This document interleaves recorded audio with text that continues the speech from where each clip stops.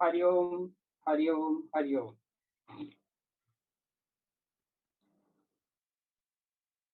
आज का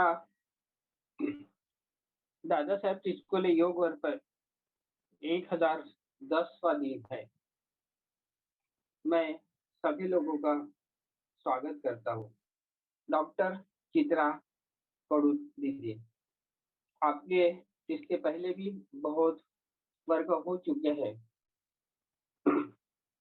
और बहुत सब वर्ग इंटेलेक्चुअल रहते हैं।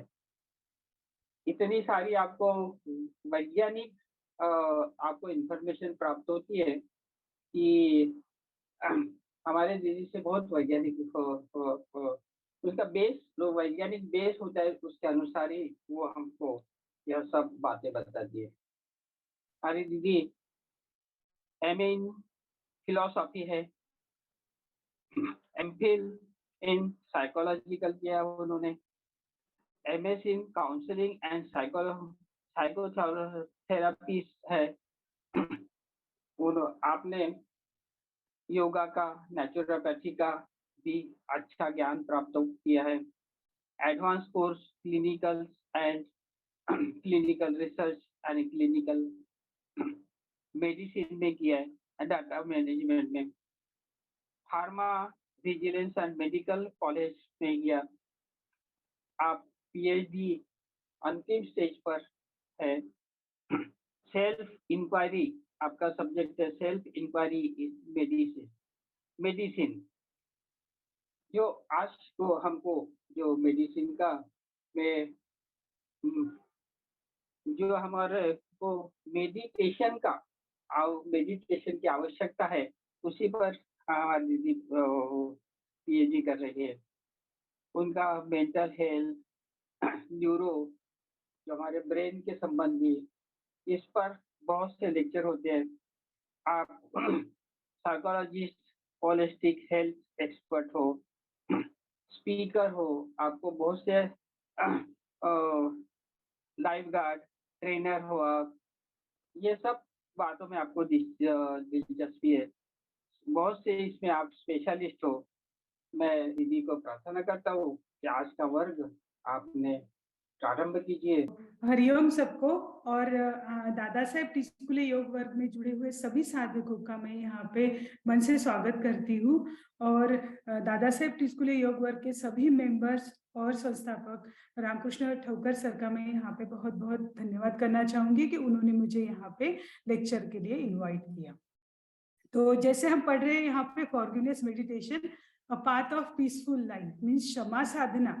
क्षमा साधना यह एक ऐसा पाथ है जिससे हमें शांतिपूर्ण जीवन जीने का हमें मार्ग मिल सकता है। तो यह जो विषय ही हम बोलते हैं तो कितना गहरा लगता है। सच में यह विषय बहुत ही गहरा, इतना वास्ट, इतना ब्रॉड है कि उसको 10 दिन भी देंगे तो भी कम पड़ेंगे एक्चुअली हमें उस विषय पे डिस्कस करने के लिए। तो मैंने छोटा सा प्रयास किया है कि इस विषय को मैंने दो भाग में डिवाइड किया है। तो आज के भाग में हम क्या सीखेंगे पहले वो हम थोड़ा समझ लेते हैं। तो हम सीखेंगे कि क्षमा साधना क्या है। और जब हम कोई भी विषय हम समझते हैं तो वह विषय समझते समझते अगर वो क्या नहीं है वो भी अगर हम समझते हैं तो हमें उस विषय की और ज्यादा क्लैरिटी आ जाती है। तो हम ये भी सीखेंगे कि क्षमा साधना क्या नहीं है। उसके बाद क्योंकि हम सब लोग किसी एक रिलीजियन से बिलोंग करते हैं तो हर एक के रिलीजियन में क्षमा साधना का क्या महत्व है यह भी हम समझ लेंगे। और जैसे हम ह्यूमन बीइंग है, हमारा ब्रेन है, इंटेलेक्चुअल माइंड है, तो हमारा इंटेलेक्चुअल माइंड हमेशा हमें साइंस बेस्ड, एक्सपेरिमेंट बेस्ड चीजें मांगता है, तभी हम क्लैरिटी से समझ पाते हैं। तो हम समाज साधना साइंस के बेस से भी समझ लेंगे, उनके पर्सपेक्टिव से भी समझ लेंगे। और फिर देखेंगे अगर हम समाज साधना अपने जीवन में नहीं करते तो जब हम नहीं करते कुछ चीज तो उसका साइड इफेक्ट अपने बॉडी, माइंड और सोल पे क्या होता है वो हम थोड़ा डिटेल में समझ लेंगे। और उसके साथ उसके एग्जैक्टली अपोजिट अगर हम समाज साधना अपनी लाइफ में इम्प्लीमेंट करते हैं तो हमारे लाइफ में कितने अच्छे मिरेकल्स होंगे यह भी हम समझ लेंगे। तो क्षमा साधना जो है उसके कुछ टाइप्स भी है, वो टाइप समझ लेंगे। और हम सबके मन में एक प्रश्न हमेशा रहता है कि मैं ही क्यों दूसरे को क्षमा करूं, या फिर मैं ही क्यों माफी मांगू। तो ये जो क्वेश्चन रहता है, यह एक ऐसा क्वेश्चन मुझे रियलाइज हुआ कि हमारे लाइफ में प्रोग्रेस करने के लिए यह क्वेश्चन जो है वो बहुत बड़ा बैरियर क्रिएट करता है। तो इसीलिए स्पेसिफिकली हम इसका आंसर फाइंड आउट करेंगे। जैसे बोलते हैं कि कोई भी नॉलेज हो, वो बुकिश नॉलेज हो या कोई भी अगर हम चीज पढ़ रहे हैं, जब तक वो हम एक्शन में नहीं लाते, जीवन में इम्प्लीमेंट नहीं करते, उसका रिजल्ट, उसका अनुभव हम नहीं कर पाएंगे। इसीलिए हम आज के सेशन में क्योंकि मेरा नेक्स्ट सेशन दूसरे सेकेंड मंथ में है, तो एक होमवर्क हम करेंगे, कुछ एक्सरसाइज हम आपके लिए भी है, मेरे लिए भी है, और हम 1 महीने में वो एक्सरसाइज फॉलो करेंगे। और उसके बाद 15 मिनट का हम फॉरगिवनेस मेडिटेशन करेंगे। ठीक है, so now will go to next slide. यहाँ पे हम समझेंगे कि फॉरगिवनेस क्या है। ठीक है, तो एज अ ह्यूमन बीइंग हमारे अंदर बहुत सारे थॉट्स रहते हैं, बहुत फीलिंग्स है, बहुत सारे इमोशंस रहते हैं, और ये जो साइकोलॉजिकल प्रोसेस रहती है ये बहुत कॉम्प्लेक्स रहती है। तो ये जो फॉरगिवनेस है, यह भी एक साइकोलॉजिकल प्रोसेस है, वो सेंस है अपने अंदर का, जो उसमें क्या होता है, कुछ स्टेप्स रहते हैं। सबसे पहले क्या होता है कि हम लोग खुद होके इंटेंशनली और खुद होके वॉलेंटरी वो प्रोसेस हम करते हैं। एक आध घटना, फॉर एग्जांपल एक घटना हमारे लाइफ में हुई है, मेरा और मेरे फ्रेंड का झगड़ा हुआ, एक सिंपल सा एग्जांपल लेते हैं। तो उस झगड़े के टाइम पे हमारे अंदर कुछ निगेटिव फीलिंग्स आ जाएंगे। जैसे हो सकता है मैं उसको ब्लेम करूं, वो मुझे ब्लेम करे, फिर मेरे अंदर गिल्टी फील हो, मैं शेम फील करूं, बहुत बाकी निगेटिव फीलिंग भी मेरे अंदर आ सकती है, मैं उसके बारे में गुस्सा अपने मन में रखूं। तो ये निगेटिव फीलिंग का जोन हम उस सिचुएशन में आ जाता है। फिर मुझे रियलाइज होता है कि ये निगेटिव फीलिंग्स मुझे तकलीफ दे रही है, तो फिर मैं क्या करूंगी, डिसीजन लूंगी कि मुझे इससे दूर जाना है, इस फीलिंग्स को दूर करना है। तो फिर मैं खुद होके इस पे काम करना स्टार्ट करूंगी और मेंटल एक्सरसाइज लूंगी। हो सकता है वो मेडिटेशन करूंगी, हो सकता है मैं पॉजिटिव अफर्मेशन के साथ करूंगी, या फिर मैं काउंसलिंग के मार्फत करूंगी। तो फिर ये जो फॉरगिवनेस स्टेप में सेकंड स्टेप क्या रहती है कि हम खुद पे काम करते हैं। और थर्ड क्या है, जो भी हमारे निगेटिव फीलिंग्स जो शुरू में आए हुए रहते हैं, क्योंकि हमने पॉजिटिव फीलिंग फॉरगिवनेस फीलिंग पे काम किया है, फिर वो निगेटिव फीलिंग्स वो रिप्लेस हो जाते हैं पॉजिटिव फीलिंग्स में। ठीक है, तो एग्जैक्टली क्षमा साधना क्या है, क्षमा क्या है? तो क्षमा यह शांतता प्रदान करने वाली फीलिंग है। क्षमा यह आपके लिए है, दूसरे पर्सन के लिए नहीं है। क्षमा जो हमारे अंदर सोल की जो क्वालिटीज रहती है, उसको हमें उस क्वालिटी पे पहुंचने के लिए हमें मदद करती है। क्षमा हमें, हम कैसा फील करें उसकी रिस्पॉन्सिबिलिटी लेने में हमें मदद करती है। क्षमा यह हमें जो भी हमारे फिजिकल, मेंटल, सोशल प्रॉब्लम है, स्पिरिचुअल प्रॉब्लम्स है, उसको हील करने में बहुत मदद करती है। क्षमा यह एक ऐसी स्किल है माइंड की, जब जनरली हम बोलते हैं कि क्षमा, मैं किसी को क्षमा नहीं कर सकता, ये मेरे लिए इम्पॉसिबल है, पर ऐसा नहीं रहता, क्योंकि यह एक स्किल है, माइंड की स्किल है। तो यह हम अच्छी ट्रेनिंग लेके यह क्षमा साधना भी हम कर सकते हैं। इससे क्या होता है, अपने फीलिंग्स को कंट्रोल कैसे कर पाए, यह भी स्किल हमारे अंदर डेवलप हो जाती है, और यह हमारी एक चॉइस है। ठीक है, तो जैसे इस पिक्चर में दिखाया गया है कि शुरू में घटना होती है, उसके बारे में हम बुरा फील करते हैं, उसके बाद हम थोड़ा प्रिपरेशन करते हैं माइंड का। जैसे किसी से बात कर लेते हैं, फ्रेंड से या फिर फैमिली मेंबर से बात कर लेते हैं, और बोलते हैं कि इस सिचुएशन में किसकी गलती है, किसी के भी गलती हो। उसके बाद हम क्या करते हैं कि नहीं, मुझे इस फीलिंग से दूर जाना है। फिर हम फॉरगिवनेस एक्चुअल में इंप्लीमेंट करते हैं लाइफ में, और हमारे जो निगेटिव फीलिंग्स है वह पॉजिटिव फीलिंग्स में रिप्लेस हो जाते हैं। तो यहाँ पे नेक्स्ट स्लाइड में जैसे दिखाया गया है कि स्टेप 1 में वो घटना होती है, हम वो निगेटिव फीलिंग से घिर जाते हैं। उसके बाद हम डिसीजन लेते हैं, हमें चेंज करना है अपने फीलिंग्स को, एटीट्यूड्स को, और थर्ड स्टेज में हम उस निगेटिव फीलिंग्स को हम रिप्लेस कर देते हैं पॉजिटिव फीलिंग्स। ठीक है, तो यह है फॉरगिवनेस। तो जैसे हम बहुत सारे अपने अंदर बहुत सारे फीलिंग्स रहते हैं, जैसे मैंने बोला है, और बहुत सारे लोगों को सच में बहुत कठिन भी होता है, क्योंकि ये बहुत कॉम्प्लेक्स प्रोसेस है, पर वो उतनी ही इंटरेस्टिंग भी प्रोसेस है माइंड को समझना। तो माइंड के बहुत सारे जो फीलिंग्स रहते हैं, तो हम क्या करते हैं, थोड़ा सा कंफ्यूजन क्रिएट कर देते हैं कि क्षमा मीन्स क्या। जैसे एग्जांपल, जैसे मेरी फ्रेंड के साथ मेरा झगड़ा हुआ है और मुझे किसी पर्सन ने बोल दिया, थर्ड पर्सन ने, कि जाने दो, नजरअंदाज कर दो इस चीज को। तो मीन्स वो जो नजरअंदाज करना जो फीलिंग है, मीन्स फॉरगिवनेस नहीं है।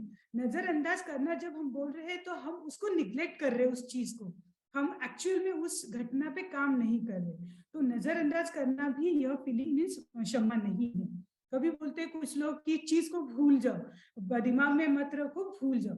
तो जो भूल जाना, सच में अगर सच में किसी चीज को भूल जाना इतना इतना आसान भी नहीं रहता। तो इसीलिए क्षमा करना और भूल जाना यह दूसरे दो अलग अलग फीलिंग्स है। कभी कभी हम एक्सक्यूजेस दे देते हैं, बहाना बना लेते हैं। तो बहाना बनाना भी फॉरगिवनेस नहीं है, क्षमा नहीं है। दोनों फ्रेंड्स में अगर कुछ अनबन हो जाए और फिर हम सुलह कर ले, तो सुलह करने मीन्स हम सुलह करते हैं। तो मीन्स पर उसका मीनिंग ये नहीं होता कि जो घटना से हमें सीखना है, उस घटना से हमें जो सीखना है और क्षमा लेनी है, वह सुलह से कंपेयर नहीं किया जा सकता। क्षमा है अलग ही फीलिंग है और अलग ही मेंटल प्रोसेस है। और जैसे फाइनली, जैसे हम बोलते हैं कि एक हाथ कुछ झगड़ा हुआ है, हम उस पर्सन को तो कुछ बोलने के लिए डेयर नहीं कर सकते, हिम्मत अगर नहीं हो रही हमारी, तो हम क्या करते हैं, उस चीज को भुला देने के लिए उस चीज को बोलते हैं कि ठीक है, मैं इसके बाद उस टॉपिक को ही नहीं निकालूंगी। इस क्या हो जाएगा, हम जो एक्चुअल में अपने अंदर जो एंगर उस सिचुएशन के बारे में या फिर दूसरे पर्सन के बारे में या खुद के बारे में गिल्टी फील है, उसको हम सप्रेस करते हैं। तो वो जो सप्रेस करना भी है, वह भी फॉरगिवनेस नहीं है। फॉरगिवनेस यह एक अलग ही मेथड है, अलग ही प्रोसेस है, जिसमें हम वॉलंटरी मीन्स खुद होके डिसीजन लेते हैं कि मुझे इससे बाहर निकलना है, इस पे हम काम करते हैं, उस घटना को अच्छे से समझ लेते हैं कि उसमें मुझे क्या लर्निंग है, एक्चुअल में किसका दोष है, और वो लर्निंग हम एक्सेप्ट करते हैं और वो आगे लाइफ में नहीं होगी, यह खुद को बताते हैं। और जो निगेटिव फीलिंग्स है वो पॉजिटिव फीलिंग्स में रिप्लेस करते हैं। तो मैं आशा करती हूँ कि आपको फॉरगिवनेस की थोड़ा थोड़ा आइडिया आपको आ गया होगा। तो अभी जैसे मैंने बोला है कि हम सब लोग किसी एक रिलीजियन से जुड़े हुए रहते हैं। कोई हिंदू धर्म से है, कोई क्रिश्चियन धर्म से है, कोई बौद्ध धर्म से है, कोई इस्लाम धर्म से है, और कोई लोग सभी धर्मों को भी मानते हैं। तो यह फॉरगिवनेस, क्षमा साधना, यह इतना विशाल और इतना व्यापक डेफिनेशन है कि सभी धर्मों में उसका उल्लेख किया जाता है। मैं तो बोलूं कि सभी धर्मों में बेस फॉरगिवनेस को ही माना जाता है। जैसे अभी हम देखेंगे कि यहूदी धर्म है, यहूदी धर्म में भी क्षमा करना, किसी भी हमारे कुछ अगर हमने कुछ पाप किए या फिर बुरे कर्म किए हैं, तो यहूदी धर्म हमेशा ही इंकरेज करता है कि भगवान को माफी मांगे और उस जो भी पाप हमने किए उसके लिए क्षमा मांगे। दूसरा है हमारा ईसाई धर्म, क्रिश्चियन धर्म। तो क्रिश्चियन धर्म का बेस ही एक्चुअली फॉरगिवनेस है। आपने देखा होगा चर्च में कन्फेशन बॉक्स रहता है। तो उस धर्म, क्रिश्चियन धर्म में बाइबल में ऐसे ऐसे ऐसे है कि बाइबल में अगर सबसे ज्यादा किसी वर्ड का यूज किया है, किसी शब्द का यूज किया है, तो वह है फॉरगिवनेस। तो उनमें जो पाप मुक्ति की कंसेप्ट है, तो वो पाप मुक्ति के लिए क्षमा साधना उसको वह बहुत ही इंपॉर्टेंस देते हैं और रिलीजियसली वो फॉलो करते हैं। उसमें दो कंसेप्ट रहती है, गॉड, भगवान से क्षमा मांगना और दूसरों को क्षमा करना। उसके बाद हम बात करते हैं इस्लाम धर्म की। तो इस्लाम धर्म की जो टीचिंग है, उसमें भी अल्लाह के जो बाकी भी नाम है, उसमें भी अल्लाह को एक नाम दिया गया है, अल गफर, मीन्स लाइक वो क्षमाशील है। तो अल्लाह यह क्षमाशील है। हम कितने भी पाप कर ले, अल्लाह हमेशा तैयार रहता है कि अगर बंदा हम सच्चे मन से अंतर आत्मा से अल्लाह से माफी मांगता है, तो अल्लाह उसको माफ कर देता है और अच्छी बात पे वो लेके आते हैं। अब देखते हैं हम बुद्धिज्म। मेरे लिए तो भगवान गौतम बुद्ध का हर एक वचन और हर एक उनकी उनकी उनकी जो टीचिंग है, वो एक मेरे लिए आई ओपनिंग रहती है। तो बुद्धिज्म में क्या बोलते हैं कि अगर आप मीन्स लाइक भगवान गौतम बुद्ध बोलते हैं कि यह फॉरगिवनेस, यह एक ऐसा गिफ्ट है, यह ऐसा मूल्यवान गिफ्ट है हमारे लिए।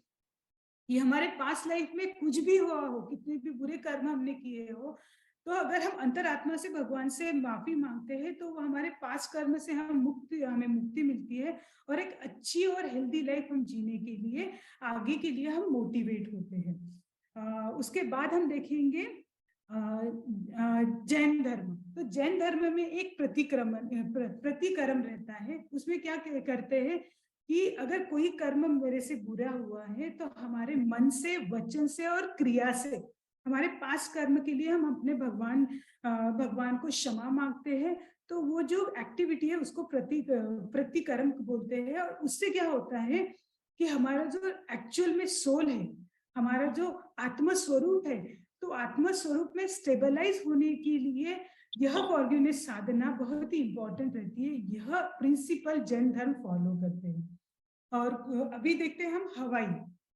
तो हवाई कंट्रीज जो है, जापान है, चाइना है, न्यूजीलैंड है, ये सब रीजन में एक्चुअली एक होनोपोनो प्रेयर की जाती है। बहुत ही फेमस प्रेयर है। उसमें भगवान को या फिर सृष्टि को हम I am sorry, please forgive me, I love you and thank you, यह संदेश देके हम अपने कर्मों से मुक्ति पाते हैं। यह जो होनोपोनो प्रेयर है उसका साइंटिफिक वे कैसे करना है यह भी हम नेक्स्ट सेशन में देखेंगे। अभी आता है हिंदू धर्म। मुझे लगता है हिंदू धर्म में जितने भी ग्रंथ हैं, सभी ग्रंथों की शुरुआत और अंत इसी की महिमा, क्षमा साधना की महिमा करने में ही दिखता है हमें। एक्चुअली इसमें क्या होता है, जो हमारा महाभारत है, तो महाभारत में बोला जाता, लिखा है कि क्षमा साधना यह एक पुण्य का काम है। क्षमा करना, सैक्रिफाइस करना, क्षमा करना मीन्स एक वेद है, क्षमा करना मीन्स सृष्टि है, क्षमा करना और क्षमा साधना यह एक ऐसी स्किल है जो हमें अपनी सृष्टि से कनेक्ट करती है, कनेक्ट करके रखती है। तो इतना इम्पोर्टेंट हमारे हिंदू धर्म में भी क्षमा साधना को दिया गया है। अष्टावक्र गीता में भी एक एग्जाम्पल है। उसमें जब जनक राजा पूछते हैं कि हे प्रभु, मुझे जीवन का ज्ञान कैसे प्राप्त होगा, मुझे इस सब से कैसे मुक्ति मिलेगी, तो तब अष्टावक्र जी बोलते हैं कि अगर सच में तुम्हें इस सृष्टि इससे लिबरेशन चाहिए, इस सब चीजों से फ्रीडम चाहिए, रियल विजडम क्या है वो रियलाइज करना है, तो आपको क्षमा साधना, मासूमियत, करुणा, संतोष, सत्य को, जैसे कोई अगर हम हमारे जीवन की अंत यात्रा पे है और अगर हमें कोई अमृत दे दे तो हम कितने प्यार से वो अमृत पिएंगे, क्योंकि वो हमें जीवन दान दे रहा है, राइट। हमें पता रहता है कि वो हमें जीवन दान देगा। उतने ही स्ट्रॉन्ग डिजायर से हमें अपनी लाइफ में क्षमा साधना, मासूमियत, करुणा, संतोष, सत्य को पीना है। जब वो सब चीजें अपने अंदर आ जाएगी तो रियल में क्या फ्रीडम है, क्या विजडम है, यह हमें समझ में आएगा। और हिंदू धर्म इतना अच्छे सटीक वे से जो हिंदू धर्म में जो भी त्योहार किए जाते हैं और दूसरे धर्म में भी जो भी त्योहार वो सेलिब्रेट करते हैं, एक्चुअल में आध्यात्मिक लाइफ में यह बोला जाता है कि जो भी त्योहार है यह एक हमारे लिए अपॉर्चुनिटी है। यह वो एक प्लेटफॉर्म क्रिएट करके देता है, सृष्टि हमें देती है कि खुद पे काम करो, वह दिन डिसाइड करो और उस दिन के कुछ जो आध्यात्मिक महत्व है उसको फॉलो करके उस दिन खुद को माफ करो, दूसरे को माफ करो और अपनी लाइफ को पॉजिटिव और आगे की पॉजिटिव लाइफ कैसे करें, अपने माइंड पे कैसे काम करें, यह सिखाने के लिए हम त्योहार सेलिब्रेट करते हैं। पर हम थोड़ा सा ये नॉलेज हमें कम रहता है, इसलिए हम क्या करते हैं, अच्छे कपड़े कैसे पहने, क्या क्या अच्छा खाए, सोशल लाइफ में कैसे हम खुद को अच्छा दिखाएं, यह सब में हम सब लोग बिजी हो जाते हैं। पर एक्चुअल में त्योहार का मीनिंग ही वही रहता है। जैसे फॉर एग्जांपल मकर संक्रांति है, उसमें हम बोलते हैं तिलगुड़ ज्ञानी गोड़ गोड़ बोला, और उसके पीछे का मेन उद्देश्य वही रहता है कि जितना भी एंगर, निगेटिव फीलिंग्स हमारे अंदर दूसरे के बारे में, खुद के बारे में रहते हैं, वह सब छोड़ के हमें अपनी लाइफ को और पॉजिटिव वे से आगे लेकर जाना पड़ता है। तो मैं आशा करती हूँ कि अभी आने वाली होली और गुड़ी पाड़वा हम इससे यह हमारा बेस पकड़ के खुद पे काम करके फॉरगिवनेस मेडिटेशन प्रैक्टिस कंटिन्यू करके यह जो आने वाला त्योहार है होली और गुड़ी पाड़वा हम बहुत आनंद से और सच्चाई से मनाएंगे। तो अभी हम देखते हैं, जैसे अभी करंट एरा में जो स्पिरिचुअलिटी के जो भी स्पिरिचुअल टीचर्स भी है, आप अगर किसी को भी सुनते हो अच्छे से, तो सभी टीचर्स हमें यही साधना करने के लिए प्रोत्साहित करते हैं, क्योंकि उनको भी पता है कि क्षमा साधना यह इतना इतना स्ट्रॉन्ग वेपन है कि हमारे अंदर की जो भी निगेटिविटी है उसको वो मार सकता है, और हमें सच्चाई के मार्ग कर लेके एक्चुअल में जो जो पीस मिलता है अध्यात्म के लाइफ में, वह रियलाइज करने में हमारी मदद करेगा। तो यह हो गया हमारा स्पिरिचुअल एस्पेक्ट्स अबाउट फॉरगिवनेस। तो जैसे हमने कहा कि हमारा इंटेलेक्चुअल माइंड भी है, हमारी बुद्धि हमेशा एक्सपेरिमेंट मांगती है, हमारी बुद्धि हमेशा हमें प्रूफ मांगती है, तभी हमारी बुद्धि वो चीज को एक्सेप्ट करती है। तो इस सेशन में एक्चुअली हम थोड़ा सा कुछ रिसर्च आर्टिकल देखेंगे, और नेक्स्ट सेशन में एक्चुअल में अपने बॉडी के साथ क्या होता है जब हम फॉरगिवनेस करते हैं दूसरे लोगों को, तो वो सब हम नेक्स्ट सेशन में देखेंगे। तो यहाँ पे एक रिसर्च आर्टिकल में पढ़ रही थी, तो इसमें लिखा है the अनबर्डनिंग effects of the forgiveness. तो इसमें उन्होंने कुछ लोगों पे एक्सपेरिमेंट किया और उनको यह रिजल्ट्स मिले कि जब हम फॉरगिवनेस प्रैक्टिस अपनी लाइफ में करते हैं, तो हमारे बॉडी का जो बर्डन है वो बर्डन बहुत कम हो जाता है। जो प्रेशर बोलते हैं ना, तो उसके कारण जो स्ट्रेस आता है, जिसके कारण जो मैंने बाकी प्रॉब्लम्स भी आते हैं, तो वो जो प्रॉब्लम्स है ना उसका बर्डन कम हो जाता है, और हमारी जो लाइफ है, लाइफ में से जो निगेटिविटी की जो इम्पैक्ट है वह चेंज होके वो पॉजिटिविटी में रिप्लेस हो जाते हैं। दूसरा एक पेपर में पढ़ रही थी, उसमें लिखा है unlocking your genius, increasing alpha waves in the brain with forgiveness meditation. तो इसमें उन्होंने क्या किया, कुछ लोगों पे एक्सपेरिमेंट किया और उन्होंने बहुत ही स्ट्रॉन्ग रिजल्ट ये देखा कि इसमें जो विपश्यना मेडिटेशन करते हैं, सेम रिजल्ट्स यहाँ पे भी उनको दिख रहे हैं। और जो लोग फॉरगिवनेस मेडिटेशन उन्होंने प्रैक्टिस की, उनकी लाइफ का जो वेलबींग है, उसकी लाइफ की जो क्वालिटी है वो बहुत बढ़ गई। उनके लाइफ में जैसे कैसे हुआ कि सराउंडिंग में जो भी नेगेटिव चीजें हो रही थी वो उनको अच्छे से डील कर पा रहे थे, वो उनको अच्छे से, और जो भी क्रिटिसिज्म कर रहे थे लोग उनको, तो वो क्रिटिसिज्म को बहुत हेल्दी वे से वो एक्सेप्ट कर पा रहे थे और उसको वो अच्छे से डील कर पा रहे थे। तो ऐसे बहुत सारे, और अल्फा वेव जब हमारे ब्रेन में बढ़ते हैं तो हमारी ब्रेन की कैपेसिटी बहुत बढ़ती है। और आपको तो पता है ब्रेन ही सब कुछ करता है अपनी बॉडी में, सबका कंट्रोल, अगर बॉडी में सब चीजों का अगर कंट्रोल करना है तो वो ब्रेन रहता है। तो ब्रेन के फंक्शन अगर अच्छे से काम करे तो हमारे बाकी भी बॉडीली जो फंक्शंस रहते हैं वो भी अच्छे से काम करना स्टार्ट कर देता है। तो मेरा खुद का पर्सनल मानना है कि जो भी हमारे इस अभी के इरा में शिवानी दीदी है, गौरव गोपाल दास जी है, गुरुदेव है, दलाई लामा है, सरश्री है, ये सब ओशो है, सदगुरु जी है, और वेस्टर्न में भी जो एवरेट है, फेडरिक लुस्किन है, दूसरा है जैक, डॉक्टर जैक है। तो ये सब जो साइंटिस्ट लोग हैं वो रियल में हमें सिखा रहे हैं कि सच में फॉरगिवनेस को साइंटिफिक वे से अपने लाइफ में कैसे इंप्लीमेंट करें और एक शांतिपूर्ण लाइफ कैसे हम जिए। तो यहाँ पे एक दो से तीन कोट में पढ़ना चाहूंगी। स्वामी विवेकानंद जी बोलते हैं कि अगर हमारे लाइफ में कोई भी पास्ट में कुछ कर्म हुए हैं तो उसको अगर हमें एंड करना है, और उस चीज को हमें, अगर उस चीज को हम फॉरगिव करते हैं, फॉरगेट करते हैं, तो किसी भी चीज को हम एंड कर सकते हैं। हमारे एक्चुअल में सबके लाइफ में ऐसे बहुत सारे इंसिडेंट्स रहते हैं जो हम भूल नहीं पाते, पर सच में सीरियसली उस पर काम करें और उसको फॉरगिव करें तो हम उस चीज से हम दूर हो सकते हैं। दूसरा है, गौतम बुद्ध भी बोलते हैं कि ये सबसे बड़ा गिफ्ट है जो हम दे सकते हैं खुद को, जिससे हमें रियल फ्रीडम मिलेगा।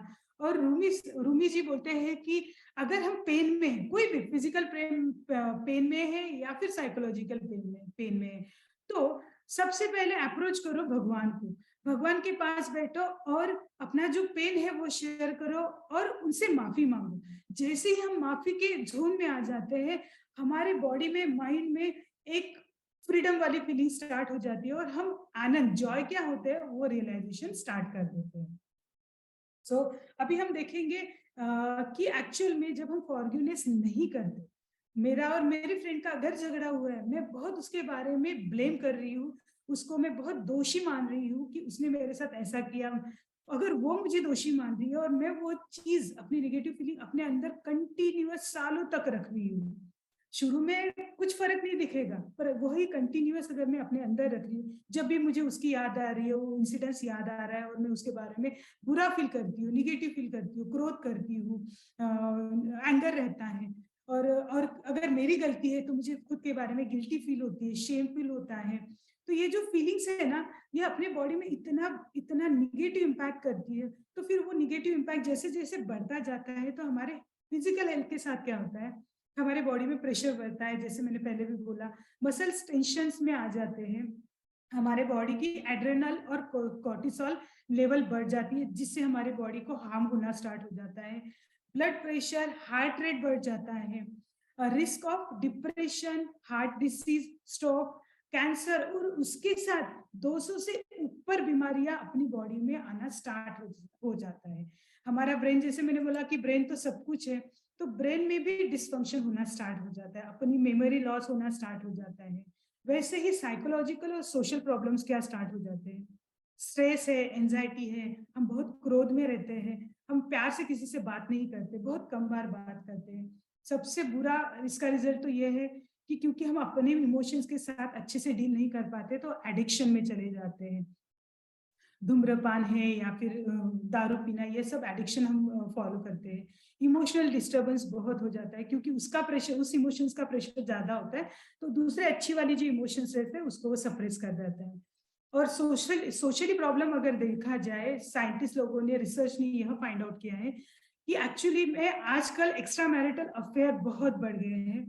तो उसका रीजन एक्चुअल में क्या बताया गया है यहाँ पे, कि क्या होता है जब हम पार्टनर के साथ रहते हैं और कुछ गलती मेरे से होती है, आगे वाले से होती है, तो हम क्या करते हैं कि वो मन में दबा के रखते हैं, ना आगे वाला हमें सॉरी बोलता है ना हम उसको सॉरी बोलते हैं। हमारा ईगो ये सब करने में हमें बैरियर क्रिएट करता है। तो फिर हम क्या करते हैं, जो चीजें हमें अपने पार्टनर से चाहिए फिर वो हम डाइवर्ट कर देते हैं, और एक्स्ट्रा मैरिटल के परसेंटेज भी यहाँ पे सोशली ज्यादा बढ़ रहे हैं। उसके बाद मर्डर है, गुस्सा अगर अपने अंदर रहा और गुस्से की लेवल बहुत ज्यादा बढ़ गई, तो वो अंतिम स्टेज तक जाता है, क्राइम अटेम्प्ट करता है, मर्डर करता है। सेक्सुअल अब्यूजेस के केसेस भी इसके कारण बहुत बढ़ रहे हैं। और नेचुरल डिजास्टर और एक्सीडेंट, इसकी लेवल भी, क्योंकि बहुत बार ऐसे होता है रोड एक्सीडेंट भी जो होते हैं, तो हम निगेटिव जोन में रहते हैं, किसी के बारे में गुस्सा करना या फिर क्रोध अपने अंदर रहता है, उसके साथ भी एक्सीडेंट्स के भी नंबर्स ज्यादा बढ़ रहे हैं। और अभी स्पिरिचुअली क्या होता है, सबसे पहला तो इम्पैक्ट अपने चक्रास पे होता है। जो भी हमारे चक्रा होते हैं उसका अनबैलेंस स्टार्ट हो जाता है, और जैसे वो स्टार्ट अनबैलेंस होता है, हम इस पृथ्वी पे क्यों आए हैं, हमारा लाइफ का पर्पस क्या है, इसमें सबका कंफ्यूजन क्रिएट हो जाता है। हम एक्सट्रीम लेवल का फ्रस्ट्रेशन फील करते हैं, हमारे अंदर जो स्पिरिचुअल पैशन रहनी चाहिए वो नहीं रहती। हम बहुत सारे क्वेश्चंस में डूबे रहते हैं कि मैं इस लाइफ में क्या कर रही हूँ, या फिर मैं, मेरे लाइफ में क्या चल रहा है। ये सब क्वेश्चन है जो स्पिरिचुअल सेल्फ एग्जिस्टेंस से रिलेटेड होता है, इसमें हमारा बहुत कंफ्यूजन रहता है। मैंने इस यहाँ पे जो भी प्रॉब्लम्स डिस्कस किए, इसका मीनिंग ये नहीं था कि मुझे प्रॉब्लम्स को हाईलाइट करना है। मेरा ये उद्देश्य था कि हमें समझना है कि देखिए, अगर फॉरगिवनेस हम अपनी लाइफ में इम्प्लीमेंट नहीं करते तो उसकी सीवियरिटी कितनी बेकार हो सकती है। तो हमें आज ही अलर्ट होना है और फॉरगिवनेस को अपनी लाइफ का एक बहुत ही इंपॉर्टेंट पार्ट बनाना है, ताकि जो भी प्रॉब्लम्स हमने अभी डिस्कस किए, या फिर दूसरा कोई भी ये प्रॉब्लम फेस कर रहा है, तो उसको हम सजेस्ट करें कि यह प्रॉब्लम उसको सॉल्व करना है, तो अपने पास एक जड़ी बूटी है, अपने पास एक ऐसा अमृत है जिसको हम पीने से हम अपने सभी प्रॉब्लम्स को दूर कर सकते हैं। तो साइंस क्या बोलता है, रिसर्च ने क्या फाइंड आउट किया है कि जब अगर हम फॉरगिवनेस करते हैं किसी को या खुद को, तो हमारे जो हार्ट अटैक के जो चांसेस रहते हैं वो कम होते हैं। हमारे बॉडी में कोलेस्ट्रॉल लेवल और हैप्पी हार्मोन्स की ग्रोथ होता है, उसकी ग्रोथ होती है। हमारी जो स्लीप की क्वालिटी है वो अच्छी होती है। हमारे बॉडी में जो पेन रहता है, कोई भी टाइप का पेन हो, वो पेन जो है वो रिड्यूस होने में मदद होती है। हमारा ब्लड प्रेशर कम होता है, हमारे बॉडी में जो एंजाइटी है, डिप्रेशन है, स्ट्रेस है, वो कम होता है। हम इमोशनली बहुत स्ट्रांग हो जाते हैं, इमोशनली बहुत क्लैरिटी हम महसूस करते हैं। हमारे हमारे जो स्टेजेस रहते हैं उसमें हम greatest stage of peace, peace, mind का जो पीसफुल स्टेज है वो हम प्राप्त कर सकते हैं। हम किसी भी चीज को मैनिफेस्ट करने में सहजता से हम मैनिफेस्ट कर सकते हैं। मैनिफेस्ट करना मीन्स अगर हम कोई चीज के लिए पॉजिटिवली अफर्मेशन कर रहे हैं तो वह इजीली हमें मिल सकता है। हमारे बॉडी के, माइंड के जो भी प्रॉब्लम्स है उसको हील करने में फॉरगिवनेस मेडिटेशन बहुत हेल्प करता है। जैसे और इंट्यूशन, इंट्यूशन मीन्स एग्जैक्टली वो एक ऐसी अपने अंदर की शक्ति है जो हमें भगवान से कनेक्ट करती है। हमारे लाइफ में पास्ट में क्या हुआ, आगे क्या होने वाला है, अभी क्या हो रहा है, यह जो ज्ञान हमें भगवान से हमें मिलता है, उस एनर्जी से मिलता है, वो इंट्यूशन द्वारा मिलता है। तो वह भी हमारी इंट्यूशन लेवल बढ़ती है। हमारे अंदर जो guilty, shame, other negative feeling रहते हैं वह भी दूर हो जाते हैं। हम स्पिरिचुअली बहुत स्ट्रांग फील करते हैं। जो भी बॉन्डेज है हमारे, जैसे हम बोलते हैं कि हम व्यवहार मतलब सांसारिक लाइफ में बहुत यहाँ पे हम स्टिक हो गए, हम सांसारिक लाइफ के बारे में ही सोचते हैं। तो यहाँ पे हमें बहुत सारी क्लियरिटी मिल जाती है कि हमारे लाइफ का पर्पस क्या है। गुड मैरिटल रिलेशनशिप में भी यह बहुत ही इफेक्टिव थेरेपी है। और हमारे लाइफ में, कम्युनिटी में, सोसाइटी में भी एक पीस और हार्मनी निर्माण करने के लिए यह फॉरगिवनेस बहुत ही मदद करता है। तो अभी हम देखते हैं फॉरगिवनेस के टाइप्स कितने। ब्रॉडली इसके 3 टाइप्स बताए जाते हैं। इसका डिटेल में हम नेक्स्ट सेशन में बिल्कुल डिस्कस करेंगे, क्योंकि इस पे ही हम स्टेप क्या रहेगी फॉरगिवनेस की यह डिस्कस करने वाले हैं।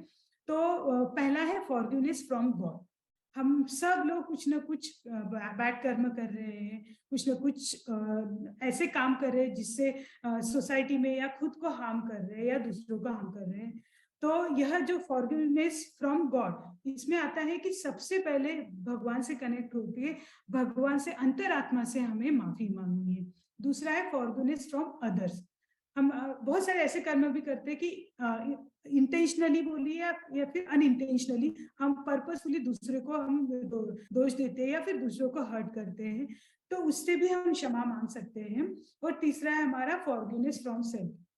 बहुत सारे स्पिरिचुअल साइंटिस्ट बोलते हैं कि दूसरों को माफ करना थोड़ा बहुत इजी हो जाता है, पर बिलीव मी, खुद को माफ करना यह सबसे बड़ा टास्क हो जाता है। तो यह जो तीसरा है फॉरगिवनेस फ्रॉम सेल्फ, तो यह इतना ज्यादा मेंटल एनर्जी लेता है कि जो हमारी अपने अंदर जो गिल्टी फीलिंग है उसको ओवरकम करने में बहुत एफर्ट्स लगते हैं। अगर हमें एक गिल्टलेस और लिबरेटिंग वाली लाइफ चाहिए तो यह भी टेक्निक हमें बहुत अच्छे से समझ लेनी पड़ेगी। अभी जो हमारा सबसे बड़ा क्वेश्चन है जो हम सबके दिमाग में हमेशा रहता है कि who can initiate for forgiveness. हम बोलते हैं कि कोई भी घटना हो तो हम बोलते हैं मैं क्यों माफी मांगू, मैंने थोड़ी ना गलती, आगे वाले ने गलती की, मैं ही हमेशा क्यों माफी मांगू। तो ये जो क्वेश्चन है बहुत लॉजिकल है, मैं समझ सकती हूँ, और एक्चुअल में वो बहुत लॉजिकल भी रहता है, टेक्निकल भी रहता है। पर मैं इसमें यहाँ पे मेरा एक छोटा सा एक्सपीरियंस शेयर करना चाहूंगी। मैंने डॉक्टर नरेश चारमोड़े सर से रेकी सीखी है। उस टाइम पे मैं कॉलेज लाइफ में थी, मैं बहुत छोटी थी उस टाइम पे। तो जब रेकी सीखने के लिए मैंने सर से अप्रोच किया तो सर ने मुझे कुछ नोट्स दिए पढ़ने के लिए, और फिर मैं सर के पास गई तो सर ने, उस टाइम पे एक्चुअली मेरे लाइफ में कुछ अच्छे लोग भी थे, बुरे लोग भी थे। उतनी समझ मुझ में नहीं थी कि अच्छा भी बुरा भी मेरे साथ अच्छे के लिए हो रहा है, अच्छा भी मेरे साथ अच्छे के लिए हो रहा है। उतनी अंडरस्टैंडिंग मेरे पास नहीं थी। पर जब हम रेकी की दीक्षा लेते हैं या फिर रेकी को समझते हैं तो सबसे पहला हमारा रूल है कि हम सबको समभाव से देखते हैं, हम सबके लिए वही फीलिंग रखते हैं, तभी जाके रेकी अपने पे और दूसरों पे काम करेगी। तो ये जब मैंने प्रिंसिपल पढ़ा या फिर नरेश सर ने मुझे बताया तो मेरे मन में बहुत सारे क्वेश्चंस थे। तो मैंने फाइनली उनको बहुत हिम्मत करके पूछ ही लिया कि सर मेरे आसपास ऐसे भी लोग हैं जिसको मैं बहुत हेट्रेट करती हूँ, मैं बहुत उनके प्रति घृणा मेरे अंदर है, और कुछ लोग अच्छे भी हैं। पर अगर मैं रेकी कर रही हूँ तो आप मुझे बोल रहे हैं कि विश्व शांति के लिए हमें प्रेयर करनी चाहिए, तो तब तो सभी लोग उसमें आ जाते हैं। तो फिर पर मुझे उनके लिए रेकी नहीं करनी। तो ये एक, मुझे पता है कि ये बहुत ही एक नॉनसेंस काइंड ऑफ क्वेश्चन है, और उस टाइम पे मैंने हिम्मत करके उनको पूछ लिया। तो सर का यही आंसर था कि अगर बेटा आपकी अगर यह एक मानसिक स्तर अभी है तो मैं आपको यही बोलना चाहूंगी कि हमें आपको अपनी एलिजिबिलिटी को बढ़ाना पड़ेगा, तब जाके आप रेकी सीखने के लिए एलिजिबल रहोगे। यह चीज मेरे लिए बहुत ही आई ओपनिंग थी। मैंने खुद पे काम किया, जैसे जैसे सर ने मुझे गाइड किया वैसे वैसे मैंने काम किया, और फाइनली जब उस स्टेज पे आई, अभी भी खुद पे काम करना स्टार्ट रहता है, पर यह फीलिंग अंदर से कि नहीं, लॉजिकली मुझे समझ में आ गया कि जब तक हम दूसरों को नहीं देते तब तक वह चीज हमें नहीं मिलेगी। उसके बाद फिर मैंने खुद पे काम करना स्टार्ट किया और फॉरगिवनेस मेडिटेशन को और रेकी को अच्छे से समझने का प्रयास किया। तो अभी जो क्वेश्चन अपने अंदर सबके अंदर आता है कि मैं ही क्यों माफी मांगू, तो उसका सिंपल सा आंसर यह है कि किसको खुश रहना है, किसको अपनी लाइफ में शांतता चाहिए, किसको अपनी लाइफ को अच्छी क्वालिटी का बनाना है। अगर आपको करना है तो आप रिस्पॉन्सिबल हो फॉरगिवनेस करने के लिए, आप रिस्पॉन्सिबल हो दूसरों को माफी मांगने के लिए। जिसको वो इंस्टिंक्ट आ रही है, कोई भी घटना जब हो रही है, तो अगर मुझे लग रहा है कि इसमें उसकी गलती है, मुझे मेरी गलती, अगर मेरी मेंटल मैच्योरिटी उतनी है कि मैं उस घटना पे विचार कर रही हूँ, तो यह मेरी रिस्पॉन्सिबिलिटी है कि उस सिचुएशन के लिए मैं सृष्टि से माफी मांगू, उस पर्सन के लिए माफी मांगू और खुद के लिए माफी मांगू। ऐसा जरूरी नहीं है, हो सकता है कुछ इंसिडेंट्स ऐसे हो कि मैं दूसरों के साथ पास जाके मैं खुद की गलती के लिए सॉरी बोल दूं, ये भी पॉसिबल है। पर ऐसा एकदम से हर सिचुएशन में जरूरी नहीं है कि उसके पास ही जाना है। आप क्षमा साधना करके अपने अंतरात्मा से उस पर्सन को माफ कर दे सकते हो, खुद को माफ कर सकते हो, भगवान को माफी मांग सकते हो, और वो जो अपने बैड कर्म है उसके लिए हम उससे हम फ्री हो सकते हैं।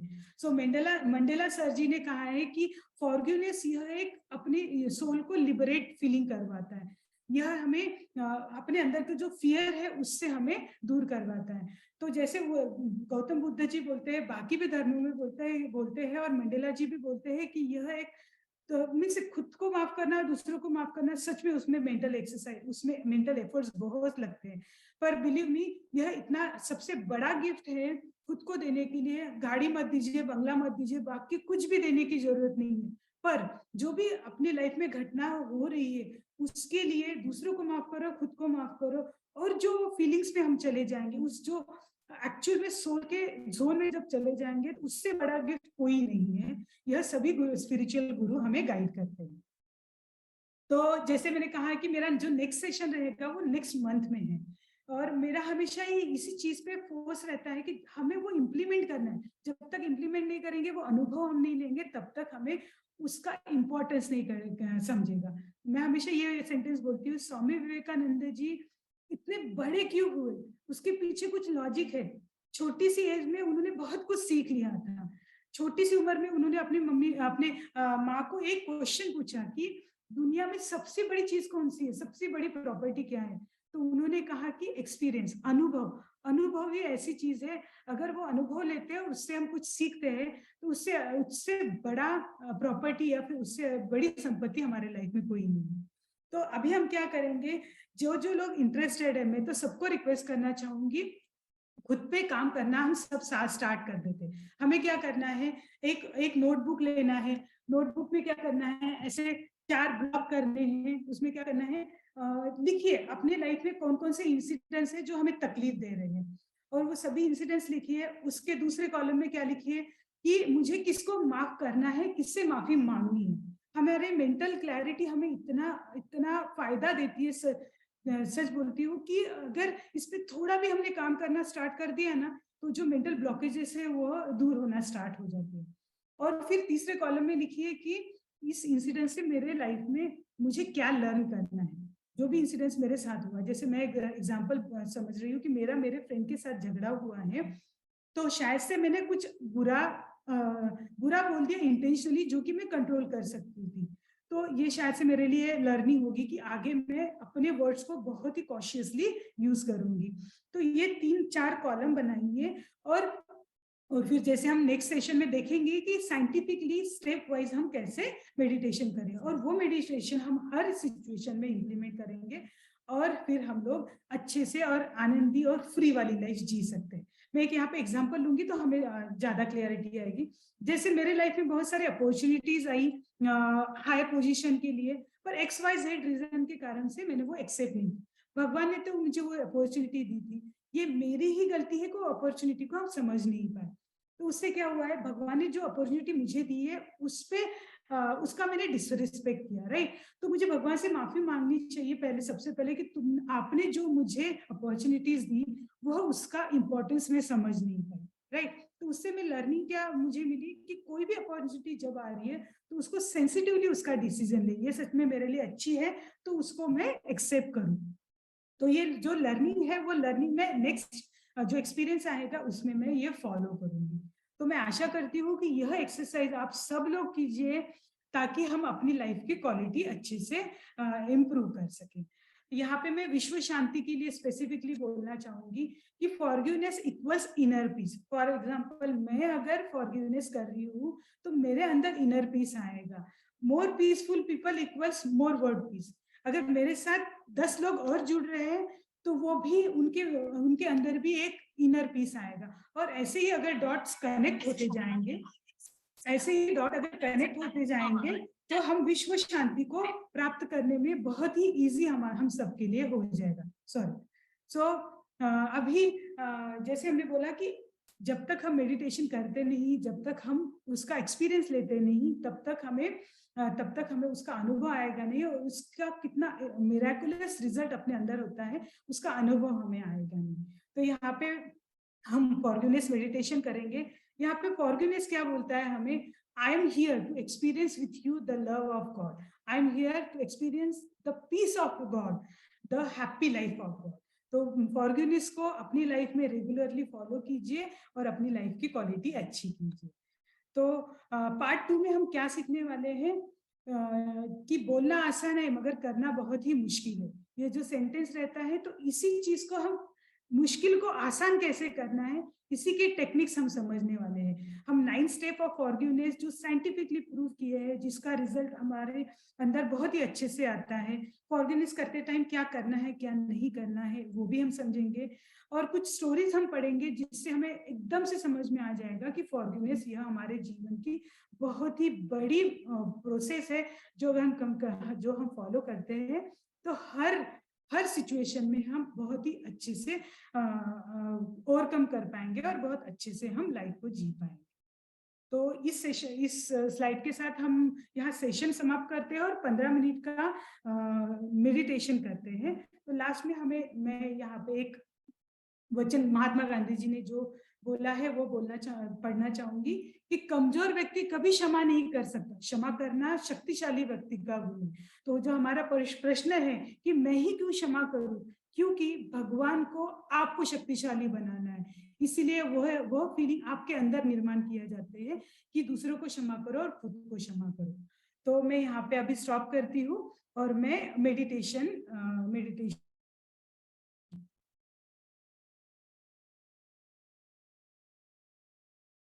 हरिओम सबको। अपने गुरु को नमन करते हुए आज मैं माफ़ी मेडिटेशन को स्टार्ट करती हूँ। गुरुर ब्रह्मा गुरुर विष्णु गुरुर देवो महेश्वरा गुरुर साक्षात परब्रह्म तस्मै श्री गुरुवे नमः। आज का विषय इतना शक्तिशाली है कि जिसकी नियमित साधना से हम अपने लक्ष्य तक सहज ही पहुँच जाएंगे।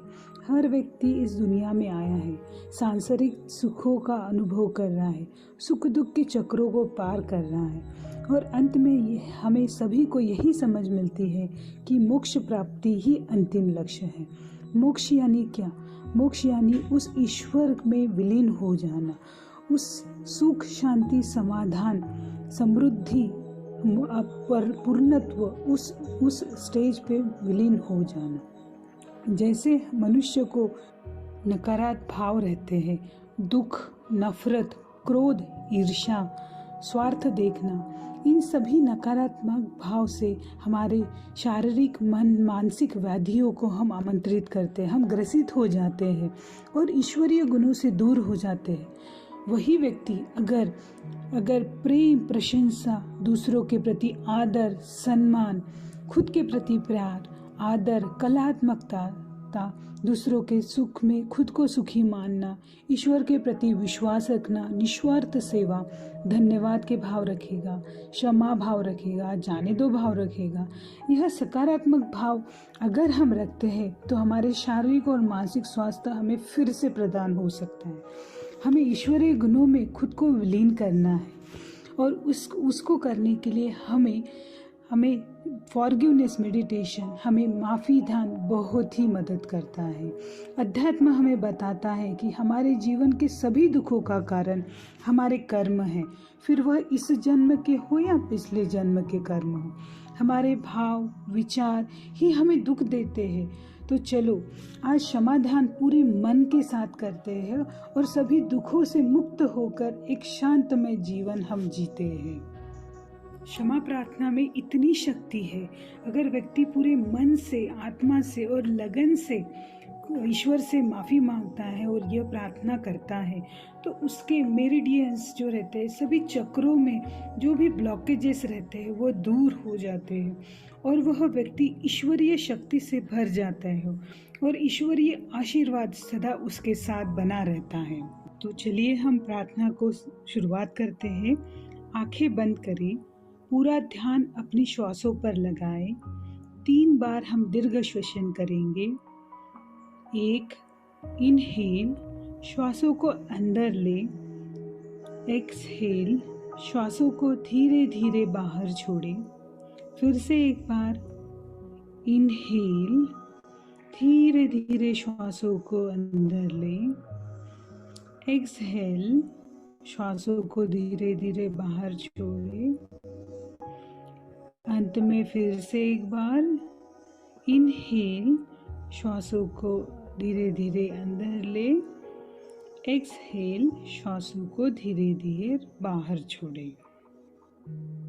अभी पूरा ध्यान यहाँ सुनाई देने वाली सभी इंस्ट्रक्शन पर दे और अपने जीवन में इसी सभी जो हम इंस्ट्रक्शन देने वाले हैं उसको साझा करके पूरे मन से माफ़ी मांगे। हमारे जीवन में कभी कभी ऐसी समस्या में हम फंस जाते हैं जिसका कोई समाधान नहीं सूझता। सभी प्रयास करने के बाद भी हम असफल हो जाते हैं, दुखी रहते हैं, शारीरिक मानसिक पीड़ा रहती है और इसके लिए अपने कार्मिक अकाउंट ही होते हैं और पीड़ा हम भुगतते रहते हैं। इन कर्मों की सजा, इस पीड़ा से हमें मुक्त करने के लिए ईश्वर ही हमें मदद कर सकती है। एनर्जी के उस अस्तित्व के आगे हमें प्रार्थना करनी है। सबसे बेहतर मार्ग यही है कि हम उस ईश्वर को, इस एनर्जी को माफ़ी मांगे और अभी सब भी जितने भी हमने कर्म किए, बुरे कर्म किए, उससे माफ़ी मांग के इस सब से मुक्त हो जाए। तो यही माफ़ी प्रार्थना सबके लिए हम करने वाले हैं। तो चलो शुरू करते हैं। हे मेरे गुरुदेव, ईश्वर, मेरे परमात्मा, हम आपके सामने नतमस्तक होते हैं और प्रार्थना करते हैं कि हम सबको हमारे बुरे कर्मों के लिए माफ़ी दे और इस कर्म बंधन से मुक्ति दे। अभी हर एक व्यक्ति अपने मन में जो भी कर्म आपके जीवन में आपने किए हैं, जो लगता है कि वो बुरे कर्म थे, उसको याद करके भगवान को मन से माफ़ी मांगिए। 1 मिनट खुद के लिए टाइम लीजिए और जो भी कर्म आपने बुरे कर्म किए हैं उसके लिए भगवान से मन से माफ़ी मांगिए और खुद को माफ़ कर दें।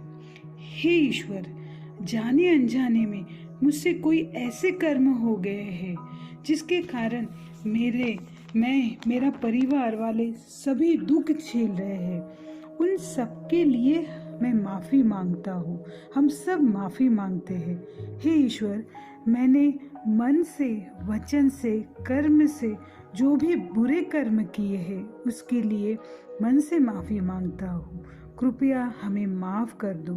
अगर कुछ याद आ रहा है अभी आपको तो उस बुरे कर्म के लिए ईश्वर से मन से माफ़ी मांग लीजिए।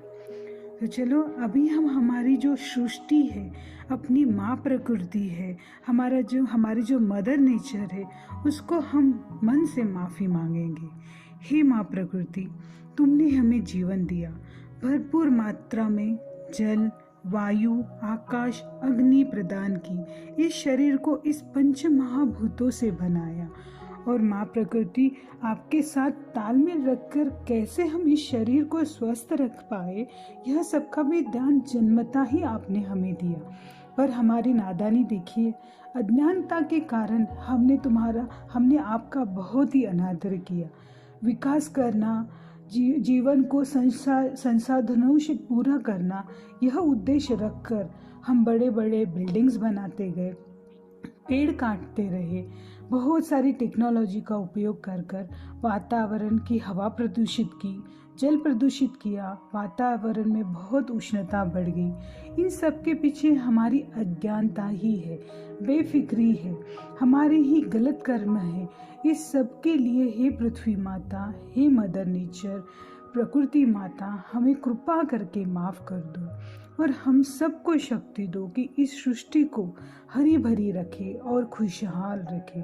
हर व्यक्ति को भरपूर मात्रा में ऑक्सीजन मिले, हर व्यक्ति स्वस्थ जीवन जिए, भरपूर स्वच्छ पानी मिले, नैसर्गिक आहार मिले, प्रॉपर सनलाइट मिले, पेड़ों की छांव में एक स्वस्थ जीवन लाइफ हम सबको मिले। यही हमें शक्ति दीजिए। हे प्रकृति माता, हमसे जो भी जाने अनजाने में गलती हुई है उसके लिए हम मन से आपसे माफ़ी मांगते हैं। प्लीज़ हमें माफ़ कर दीजिए। अभी 1 मिनट आप सब लोग जो भी हमने गलतियाँ की है प्रकृति की तरफ, उसको याद कीजिए। जो भी आपको याद आ रहा है वो याद करके प्रकृति माँ को हमें मन से माफ़ी मांगनी है। अभी हम अपने मन के लिए ईश्वर से माफ़ी मांगेंगे। हे ईश्वर, तूने हमें सबसे अच्छा मित्र दिया जिसके साथ हम हमेशा रहते हैं।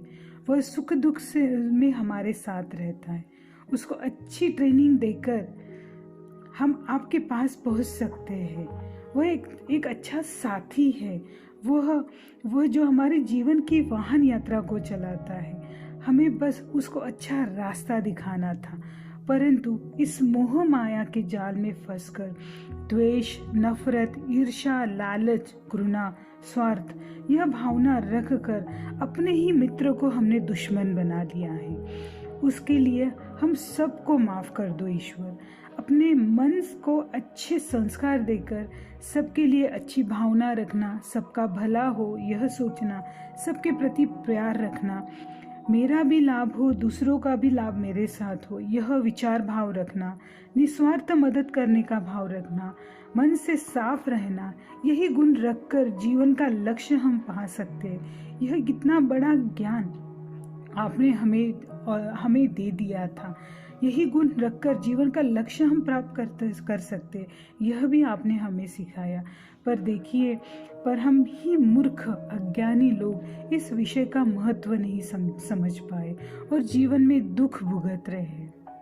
इस सभी अज्ञानता के लिए हम सबको माफ़ कर दीजिए ईश्वर। हम सब मन से आपको माफ़ी मांगते हैं। हमें माफ़ कर दीजिए ईश्वर। हमारे मन के जो भी नकारात्मक भाव है उसको सकारात्मक भावों में परिवर्तित करने की शक्ति हमें दो ईश्वर। हम सबको आज तक अगर हमने किसी का दिल दुखाया है, अपमान किया है, किसी को नीचा दिखाने के लिए खुद को ऊंचा दिखाया और किसी को नीचा दिखाया है, किसी को खुद के स्वार्थ के लिए दूसरों का नुकसान किया अगर होगा, किसी को खुद के स्वार्थ के लिए किसी का पैसा ऐंठा होगा, अपने ही फैमिली के लोगों के साथ ईर्ष्या की, नफरत की, अपने माँ बाप से अच्छा व्यवहार अगर नहीं किया होगा, अपने जो भी रिश्तेदार हैं, भाई हो, बहन हो, सास, ससुर, पति, पत्नी, ननद, जेठानी, मासी, फ्रेंड्स, ऑफिस कलीग, हर एक रिश्ता जो भी हमारे इर्द गिर्द है, उनको जाने अनजाने में अगर हमने दुखाया होगा तो हमें माफ़ कर दो ईश्वर। हर व्यक्ति में तुम्हारा अंश है, तुम्हारा रूप है, तुम्हारा अंश है, यह हम भूल गए थे। उनको दुखाना मतलब हमें हमारे ईश्वर को दुखाना हो गया है, यह हम भूल गए थे। उनको दुखाना मतलब मेरे ईश्वर को दुखा रहे हैं, यह भूल हमने कर दी है। ईश्वर, इस भूल के लिए कृपा करके हमें माफ़ कर दीजिए और हमें इतनी शक्ति दे कि कोई कैसा भी व्यवहार हमारे साथ करे, हम उनमें आपका अंश देखें और खुद को शांत स्वरूप रखें। तुम हो करता, तुम ही करविता, यह ज्ञान हमेशा हमारे अंदर बना रहे। अब आप हर एक व्यक्ति 1 मिनट अपने जीवन में जो भी घटना व्यक्ति याद आ रहा है, जिससे आपको मन से माफ़ी मांगनी है उसको याद करें और हाथ जोड़कर उससे माफ़ी मांग लीजिए। हर व्यक्ति वो जो जीवन में है, जीवित है, नहीं है, कुछ फर्क नहीं पड़ता, आपको खाली होना है। उस व्यक्ति को विजुलाइज करें और माफ़ी मांग ले। आपके अपराध के लिए अगर आपको रोना आता है तो भी मन हल्का कर सकते हैं और ईश्वर को अपने सभी कर्मों के लिए क्षमा मांगते रहे। यही भाव हमें मुक्ति की तरफ लेकर जाता है। अभी हम ईश्वर से खुद के लिए माफ़ी मांगते हैं। हे ईश्वर, आपने हमें इस आत्मा के रूप में जीवन दान दिया है, जो कि वह बहुत ही पवित्र, प्रेम, आनंद, मौन, शांतता, पूर्णत्व के रूप में परिपूर्ण रहता है। हमारा अस्तित्व पूर्ण है। यह ज्ञान आपने हमें हमेशा दिया, पर हमारी अज्ञानता देखिए कि हम वो नहीं समझ पाए। इस अज्ञान, लोभ, माया, स्वार्थ के कारण असली खुशी क्या है, असली संपत्ति क्या है, हम नहीं समझ पाए। झूठी खुशी, झूठा बंगला, गाड़ी, इस मोह में हम रहे। वो सब चीज़ें ही आपने ही दिए हैं, पर उसकी कीमत हमने नहीं की और असली खुशी क्या है वह समझ नहीं पाए। उसके आगे भी जाना है यह हम समझ नहीं पाए। उसके लिए हम मन से आपको माफ़ी मांगते हैं और जो भी इस जीवन में आपने हमें दिया है उसका बहुत आदर करके और जीवन में सकारात्मक विचारों के साथ सबका भला हो और मेरा भी भला हो, इस भावना के साथ आगे हमें बढ़ने की शक्ति दो ईश्वर। अगर हमने खुद को जाने अनजाने में खुद का अपमान किया है, खुद का रिस्पेक्ट नहीं किया है, खुद को कम समझा है, क्योंकि हमारे अंदर भी तुम्हारा अस्तित्व है, तो हम अब खुद को तकलीफ देना मीन्स हमारे ईश्वर को तकलीफ देना, यह ज्ञान हम भूल गए थे और जाने अनजाने में हमने खुद को भी बहुत बहुत दुख दिए हैं। तो इसी दुख के कारण, इस जो दुख हमने खुद को दिए हैं, उस दुख के कारण, उस कर्म के लिए हमें माफ़ कर दीजिए ईश्वर, और सदा हमारे जीवन में हमारे साथ रहिए। हमारे जीवन का जो भी लक्ष्य है उस लक्ष्य को प्राप्त करने के लिए हमारी सहायता कीजिए ईश्वर। एक बार फिर से सबसे हम माफ़ी मांग लेते हैं और हमारा ये मेडिटेशन साधना यहाँ पे समाप्त करते हैं। हे ईश्वर, जाने अनजाने में हमने जो भी गलतियाँ की होगी, किसी ने हमें दुखाया होगा, हमने किसी को जाने अनजाने में दुखाया होगा, उन सब के लिए, उन सब कर्मों के लिए हमें प्लीज़ माफ़ कर दीजिए और हमें मोक्ष की तरफ लेकर जाए।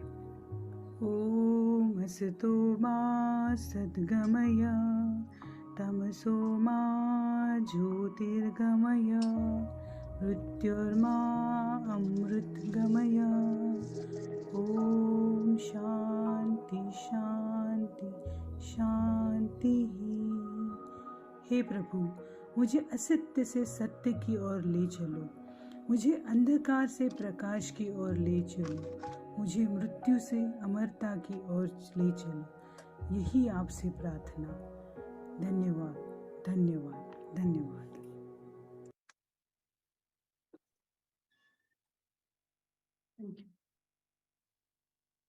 धन्यवाद।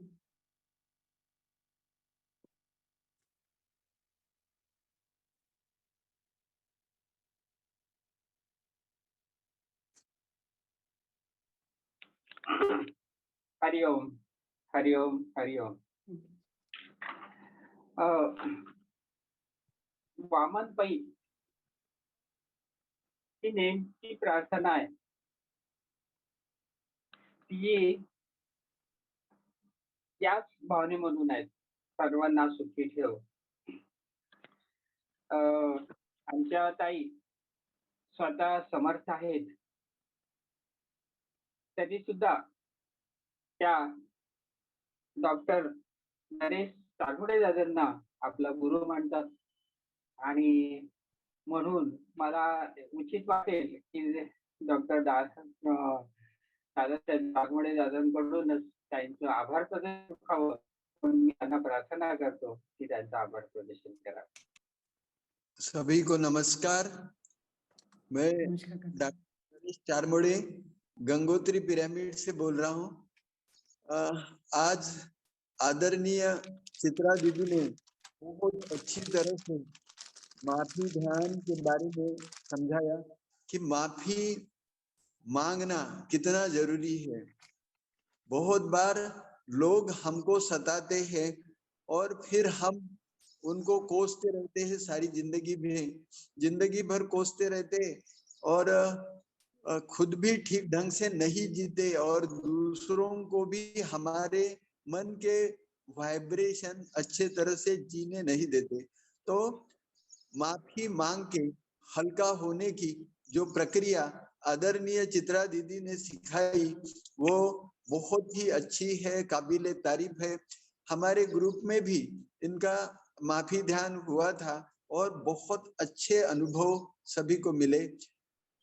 अपनी तबीयत को ठीक करने के लिए माफी ध्यान बहुत अच्छा है, क्योंकि पहले बीमारी मन में आती है और फिर तन में आती है। तो अगर मन हल्का हो जाता है तो ये हमारी तबीयत ठीक करने के लिए बहुत अच्छा है।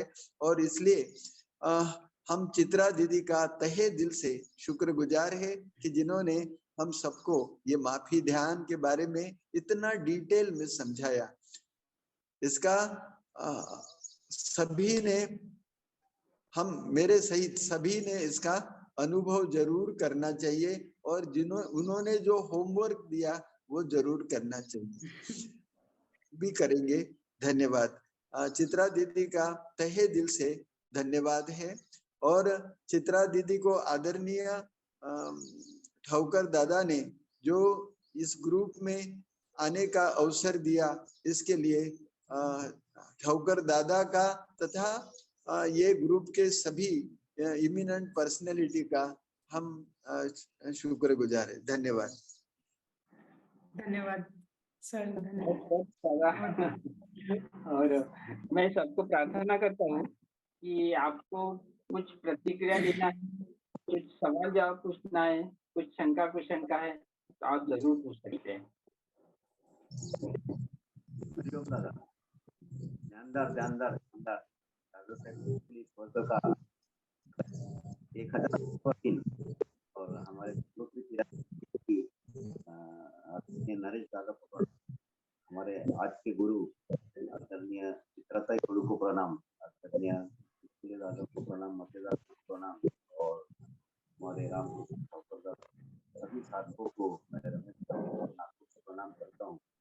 हमारी चित्रा दीदी ने जो कंटिन्यूनेस का ध्यान किया उसमें ग्रेटिट्यूड और थैंक यू ऐसे 3 वर्ड और भी है कि जो हमारी जिंदगी में बहुत सारे लोगों के लिए काम में आते हैं। तो इस प्रकार से तो ध्यान में लेके गए थी, तो वैसे ही हमारे आदरणीय डॉक्टर नरेश दादा का भी 5 बजे जो ध्यान होता है उसमें भी हम बहुत सारे लोग ध्यान में चले जाते हैं।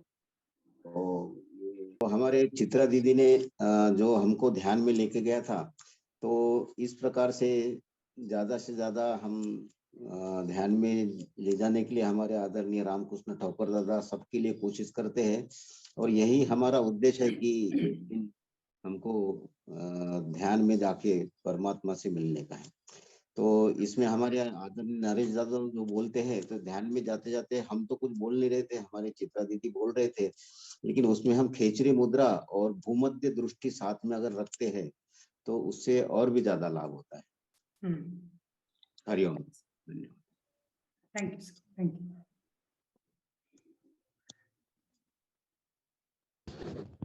हरिओम। हरिओम दीदी, सभी को हरिओम। हरिओम। दादा साहब स्कूल योग वर्ग के आज के हमारे गुरु डॉक्टर चित्राताई, इन्होंने जो ध्यान करवाया, हमारे गुरुओं के गुरु डॉक्टर नरेश दादा मेरे भी गुरु हैं। तो आपने बहुत ही अच्छी तरह से ध्यान करवाया दीदी। मेरा एक सवाल है, जो आपने सभी बोलते हैं कि माफ कर देना चाहिए, तो मैं व्यसन मुक्ति का काम करती हूँ में, तो एक हद पर्सन को हम बताते हैं, बार बार बताते हैं कि ये बुरा है, शराब पीना बुरा है, फैमिली डिस्टर्ब हो जाती है, तो हम बताते बताते थक जाते हैं, लेकिन वो बाहर नहीं निकलता। हाँ, जी बहुत से लोग हैं ऐसे कि वह बाहर नहीं निकलते, एक दिन मर जी क्योंकि 23 साल की 25 साल की लड़कियां विधवा हो रही है अभी। तो कितनी बार उन्हें माफ करना चाहिए, क्योंकि उसका भी जीवन है, उस लड़की का जीवन है, वो जी उसके परिवार वालों ने। तो कितनी बार उसे माफ करे, क्योंकि उसका जीवन अच्छा हो, इसलिए सभी माँ बाप सोचते रहते हैं। तो बिल्कुल ऐसे अब बहुत सारी औरतें हैं जो 23 साल की उम्र में विधवा हो गई हैं। जी कोई 20 साल की उम्र में विधवा हो गई है। तो कितनी हम्म बार ऐसे लोगों को माफ करे और अपना जीवन। हम्म बिल्कुल। तो जैसे हमने बोला है मैडम कि फॉरगिवनेस यह मेडिटेशन दूसरों के लिए नहीं है, जो हमें हर्ट कर रहा है उसके लिए नहीं है, वह हमारे लिए है। तो मैं समझ सकती हूँ, सच में यह सोशली बहुत बड़े प्रॉब्लम्स है। एडिक्शन में बहुत लोग चले जाते हैं, पर आप देखिए इसका ना, अगर फॉरगिवनेस नहीं करते तो उसका और भी इम्पैक्ट, और भी ज्यादा जो एक्सट्रीम लेवल का इम्पैक्ट है ना, वो भी और बढ़ सकता है। तो जो अगर पर्सन एडिक्शन में है, दारू पी रहा है, वैसे भी हम बोल भी रहे तो भी उसमें इम्पैक्ट नहीं हो रहा है, राइट। उस लड़की की लाइफ तो वैसे भी बुरी हो ही रही है, क्यों ना। यहाँ पे भी हमें अपने बौद्धिक लेवल का भी हमें उपयोग करना है। अगर वो लड़का अगर ज्यादा प्रॉब्लम क्रिएट कर रहा है, तो उस लड़की की लाइफ को क्यों बर्बाद करना, राइट। वाइस वर्सा, ऐसे मैं लड़के को ही ब्लेम कर रही हूँ या फिर लड़की को ही ब्लेम कर रही हूँ, ऐसा नहीं है।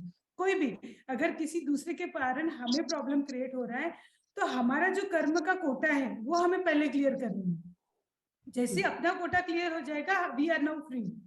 तो अभी उसके बाद अगर हमें कुछ दूसरा डिसीजन लेना है कि अगर ये पर्सन नहीं समझ रहा है या फिर वो एडिक्शन में बहुत ज्यादा जा रहे हैं, उसके लिए हम सिर्फ प्रे कर सकते हैं, उसके लिए हम अपनी लाइफ को बर्बाद नहीं कर सकते। हाँ, then she can take, like वो अपना लाइफ का दूसरा डिसीजन ले सकती है।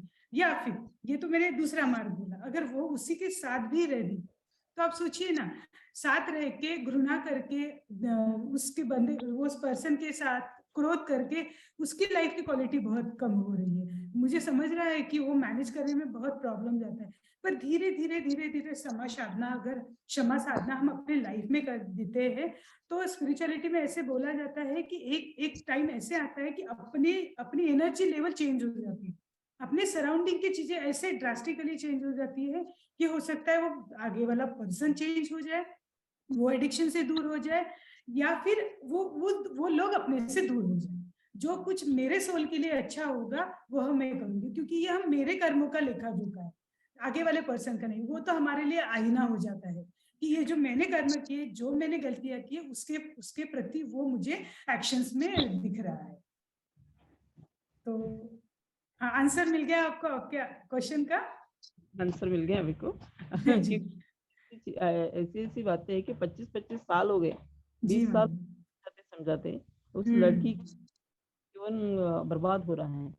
तो ऐसे वक्त हमें डिसीजन लेना चाहिए कि वो छोड़ दे छोड़ दे नहीं बोलूंगी, छोड़ दे से अच्छा सबसे पहले फोकस करो, सबसे पहले इन्वेस्टमेंट करो खुद पे, कि क्योंकि ये मेरे कर्मों के कारण मेरे लाइफ में ये सिचुएशन आई है, तो we have to be responsible for that first. तो खुद पे अगर जब हम आईना देखेंगे, खुद को देखेंगे कि ये मेरे कर्म है, दूसरे को ब्लेम करने का एटीट्यूड थोड़ा कम हो जाएगा। अगर खुद पे फॉरगिवनेस एक्सपेरिमेंट करेंगे, तो फिर हमारे में चेंजेस होना स्टार्ट हो जाएगा। हम जो उसको रिएक्ट करेंगे या फिर हम उसको डांटते या फिर ब्लेम करते या झगड़ा करते, उसकी फ्रीक्वेंसी कम हो जाएगी, हम खुद को शांत रखना सीख जाएंगे। और उसमें क्या चेंजेस है वो अपने कंट्रोल में नहीं है, क्योंकि वो उसके कर्म में है और भगवान और वो देखेगा। थैंक यू दीदी। Thank you so much. Hello, हाँ, मैं विद्या ठोकर बात कर रही। नमस्ते दीदी। नमस्कार। सभी को प्रणाम। और आज के विशेष अतिथि आदरणीय चित्रा मैडम को प्रणाम। दीदी, बहुत सारे विषय के बारे में जानकारी हमें मिलती रहती है, लेकिन आज एक नया विषय क्षमा ध्यान आरोग्य के लिए बहुत सुंदर है। इसके बारे में आपने बहुत बहुत अच्छी जानकारी दी। और ये सही बात है कि क्षमा ध्यान से अपना मन शांत समृद्ध रहता है। और बहुत बहुत यानी बहुत ही बहुत अच्छी जानकारी मिली। बहुत बहुत धन्यवाद दीदी। आप जैसे गुरुदेव लोगों का आशीर्वाद बस मेरे पीछे रहने दीजिए, बस अच्छा नहीं करते नहीं रहेंगे। दीदी, आप तो बहुत बड़े हैं। नहीं, बिल्कुल नहीं। धन्यवाद मैम, बहुत अच्छा लगा। धन्यवाद।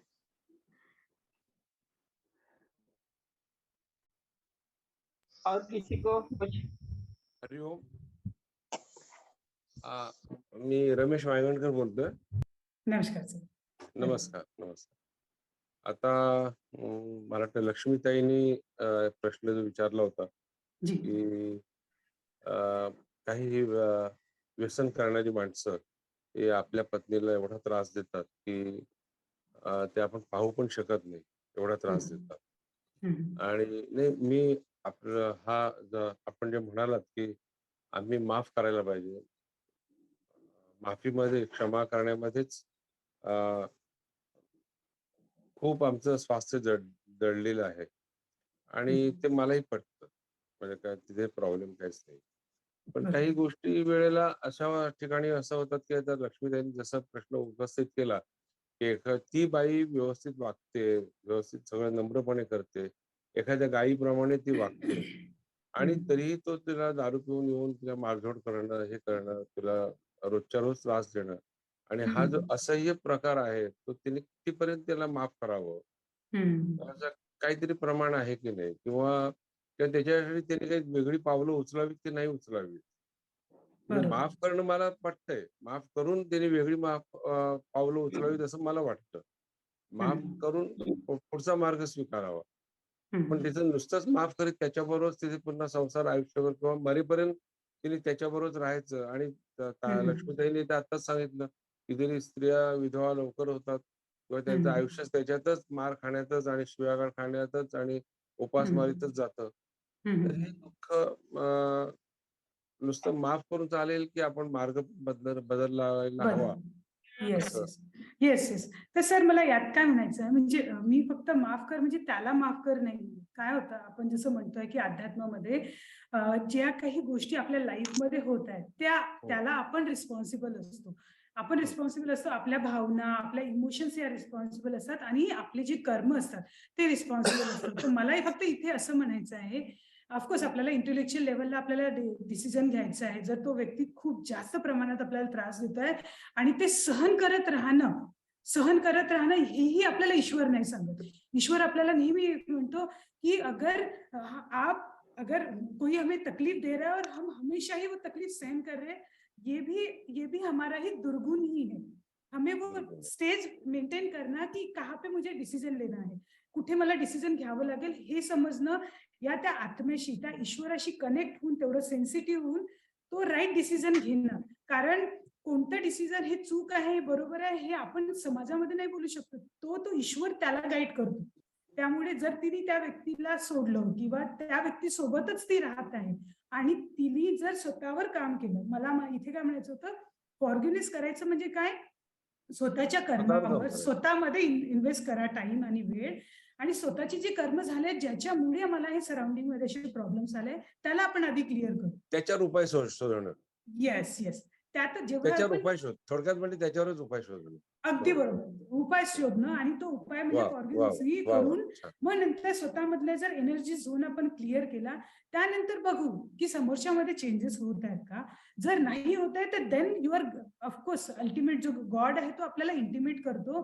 तेवढं सेन्सिटिव्ह व्हावं लागेल आपल्याला की आता इथे मला इथे कंटिन्यू करायचं आहे की मला इथे स्टॉप करायचं. तो जो डिसिजन देईल तो आपल्याला फॉलो करायचा. खूप छान, खूप म्हणजे हेच मला पण अपेक्षित होतं की क्षमा माफी मागण्याबरोबरच आपल्याला उपाय शोधणं त्याच्यावरच, किंवा ईश्वराकडून उपाय मागून घेणं. आणि तेच फॉरगिव्हनेस मध्ये जे आपण म्हणतो ना मेंटल, येस मेंटल क्लॅरिटी जशी येते, इंट्युशन आपल्यामध्ये वाढतं, आपली त्याच्यासोबतची कनेक्टिव्हिटी वाढते. आणि निश्चितच त्याच्यामुळे आणखीन एक फायदा असा होतो की ईश्वराजवळ आपण प्रार्थना करून, आपण ईश्वराची तपस्या करून जे आपण एखादं उत्तर मिळवतो ते येस 100% बरोबर असतं. अगदी बरोबर आणि ते तिथे आपल्यासाठी अगदी बरोबर आपल्या निर्णयाची कुठे गफलत होऊ शकणार नाही.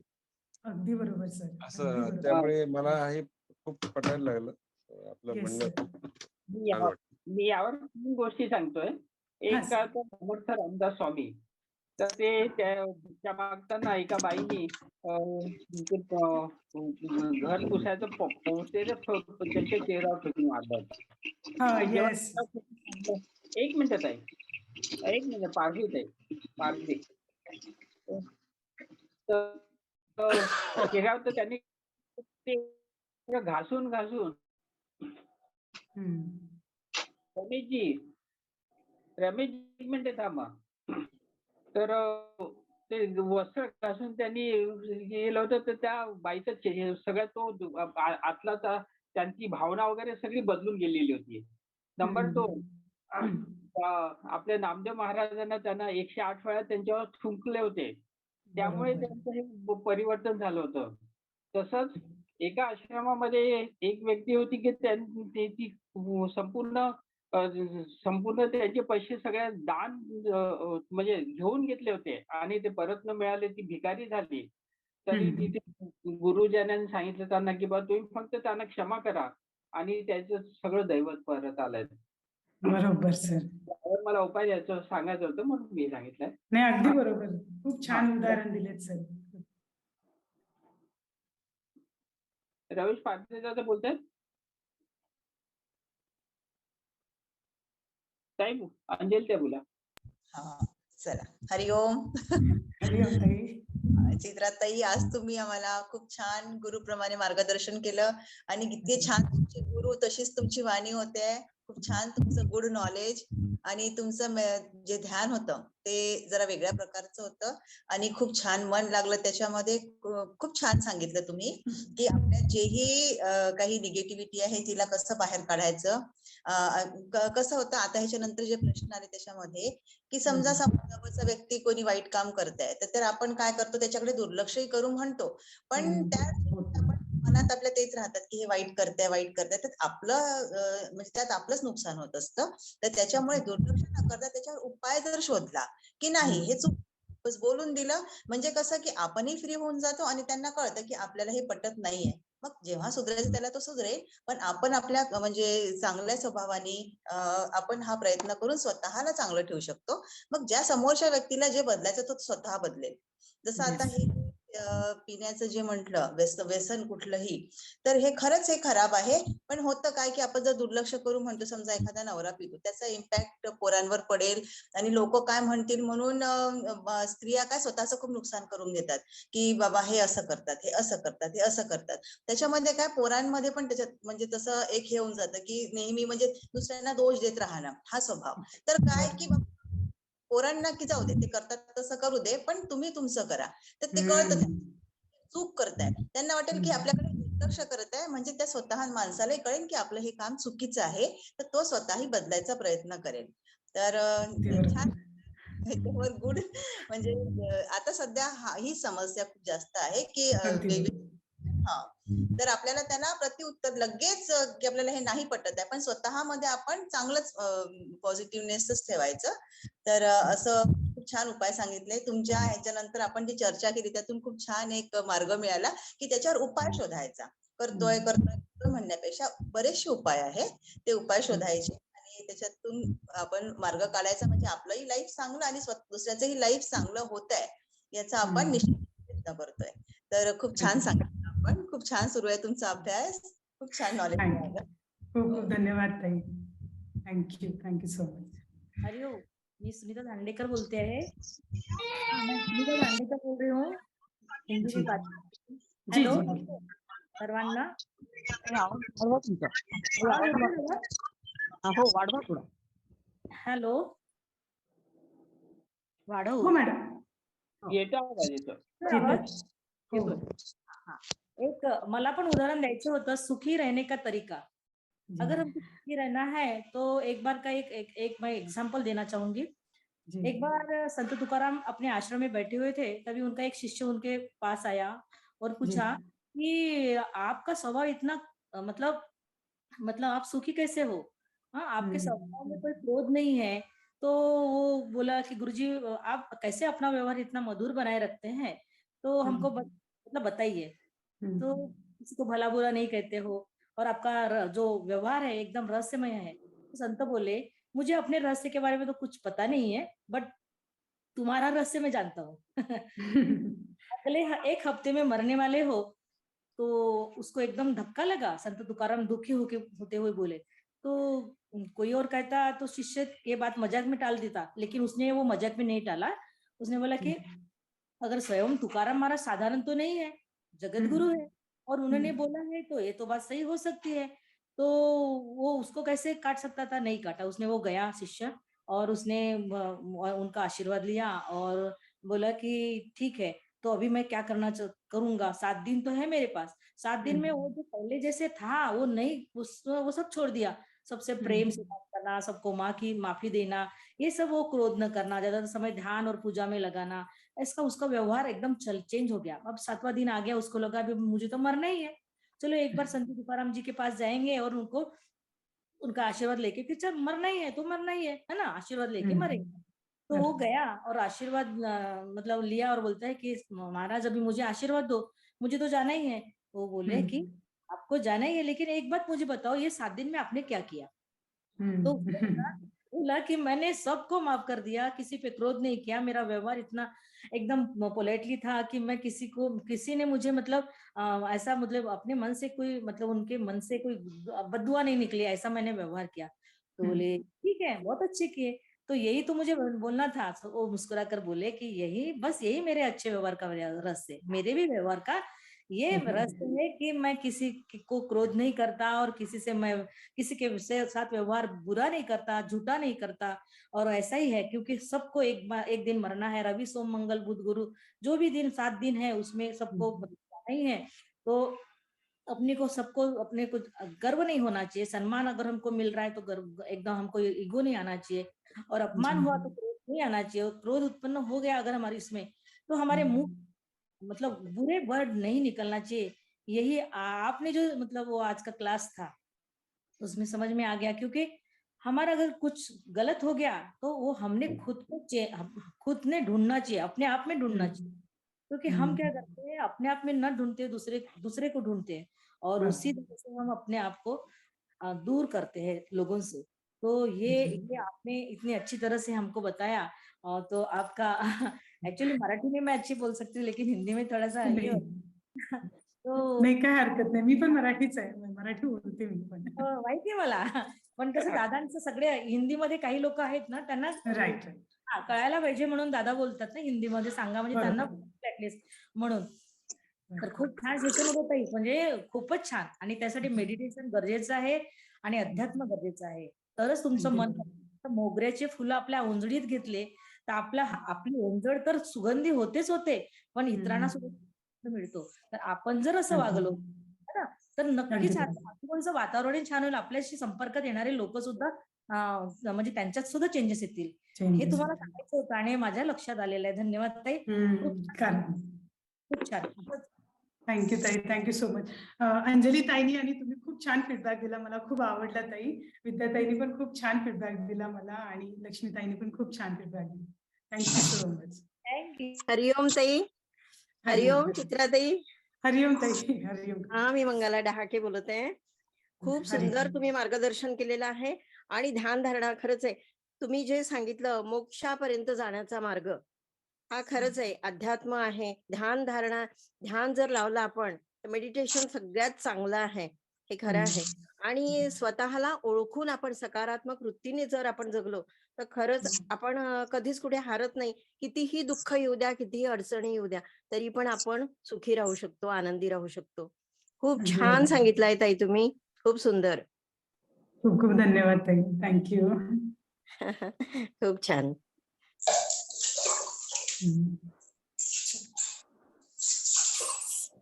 सर. हरिओम ताई. हरिओम. मी कैलास चव्हाण बोलतोय औरंगाबादहून. हरिओम सर. हरिओम. अतिशय सुंदर तुम्ही असं आजचं आपलं व्याख्यान झालेलं आहे. खरं तर तुम्ही मनाची शांती आणि मनाच्या म्हणजे आपण जर माफी मागितली तर खरोखरच आपल्याला त्याच्यामध्ये शांती मिळते. मी माझा एक अनुभव तुम्हाला सांगतो की आपले जे काही सहकारी असतात आणि ते म्हणजे आपल्याला बोलत नाही, तर त्यावेळेला आपल्याला असं मनात येतं आपले सहकारी असून आपल्याला बोलत नाहीत, तर आपण त्यांना विचारतो काही चुकलं का, आणि जर आपण त्यांची माफी जर मागितली तर जे मनावरती आपला ताण आलेला असतो तो एकदम आपण माफी आपलं चुकलं असेल तर आपण माफी मागितली तर तो ताण एकदम आपल्याला ओझं जे असतं ते ओझं कमी झाल्यासारखं असं वाटतं आणि मग आपल्याला हलकं हलकं वाटतं.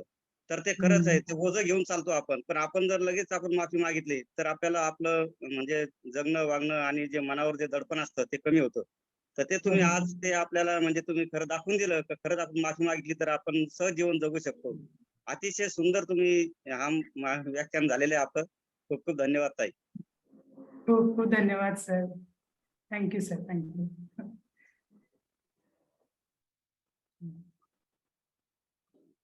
आणखी कोणाला काही प्रतिक्रिया द्यायची आहे?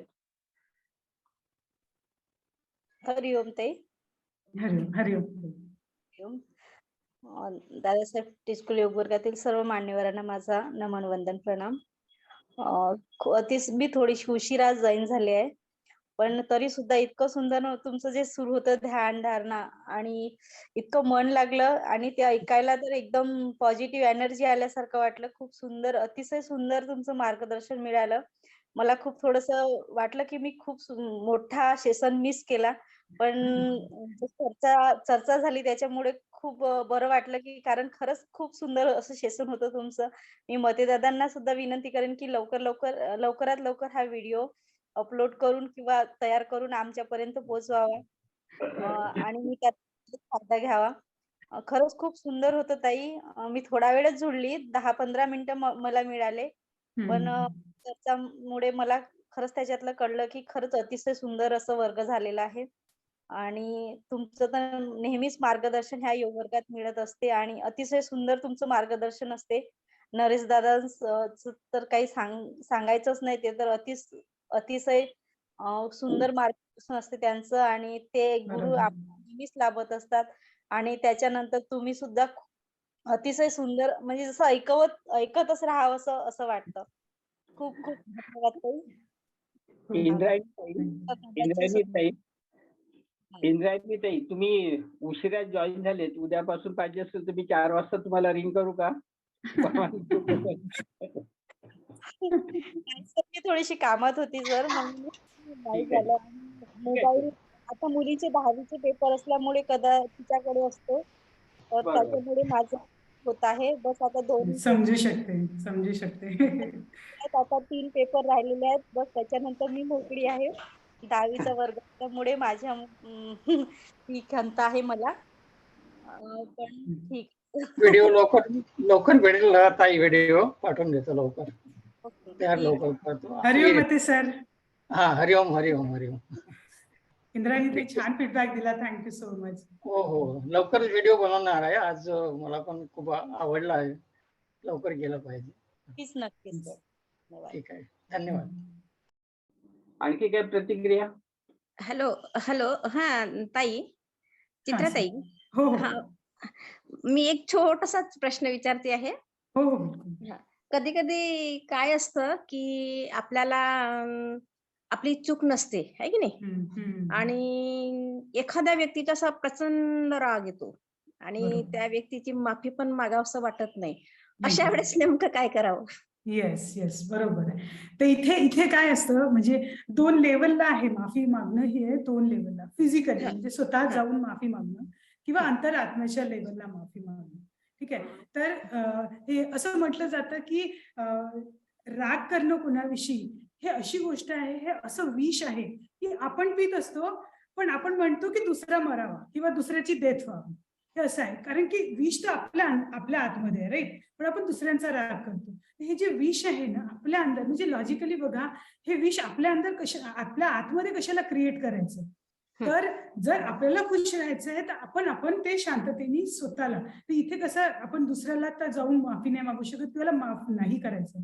पण लॉजिकली जसं मी उद्याला म्हणजे पुढच्या सेशनला मी अजून परत 7 स्टेप्स सांगणार आहे की कशा पद्धतीने हे लॉजिकली आपल्या माइंडला समजेल की दुसऱ्याचा कितीही गुन्हा असो, कितीही त्याने आपल्यासाठी वाईट केलं असेल, तरीही त्याच्याबद्दल राग ठेवणं, कारण की हे म्हणतात अध्यात्मामध्ये म्हणतात की राग ठेवणं किंवा माफी मागणं हे कमजोर लोकांचं लक्षण नाही.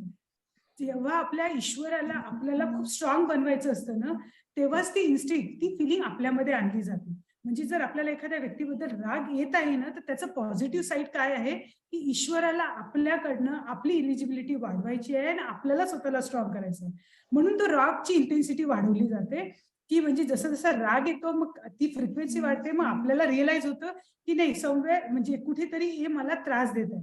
तर मग आपली जी बौद्धिक क्षमता आहे ती आपली बौद्धिक क्षमता आपल्याला सांगते की मला या सगळ्या गोष्टीपासून दूर व्हायचं आहे. जेव्हा दूर व्हायचं हे डिसिजन आपण घेतो, तर मग आपण काय करू शकतो की पर्सनली जाऊन तर त्यांना माफी मागायची नाही किंवा काय, पण इंटेलेक्च्युअली या गोष्टीचे फायदे काय आहेत आपल्या बॉडीवर आणि माइंडवर हे समजून घेऊ. कारण या पृथ्वीवर आपण या पृथ्वीवर जे आलो आहे, आपण आपल्या माइंडवर काम करायला आलो आहे.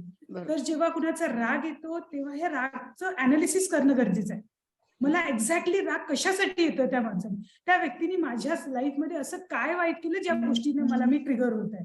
तर जेव्हा आपण याच्यावर काम करू, अनालिसिस करू, तेव्हा आपल्याला क्लॅरिटी येईल की या घटनेतून मला हे शिकायचं होतं म्हणून मला ही घटना आली किंवा ही क्रोधवाली फिलिंग मला त्या व्यक्तीबद्दल येत आहे.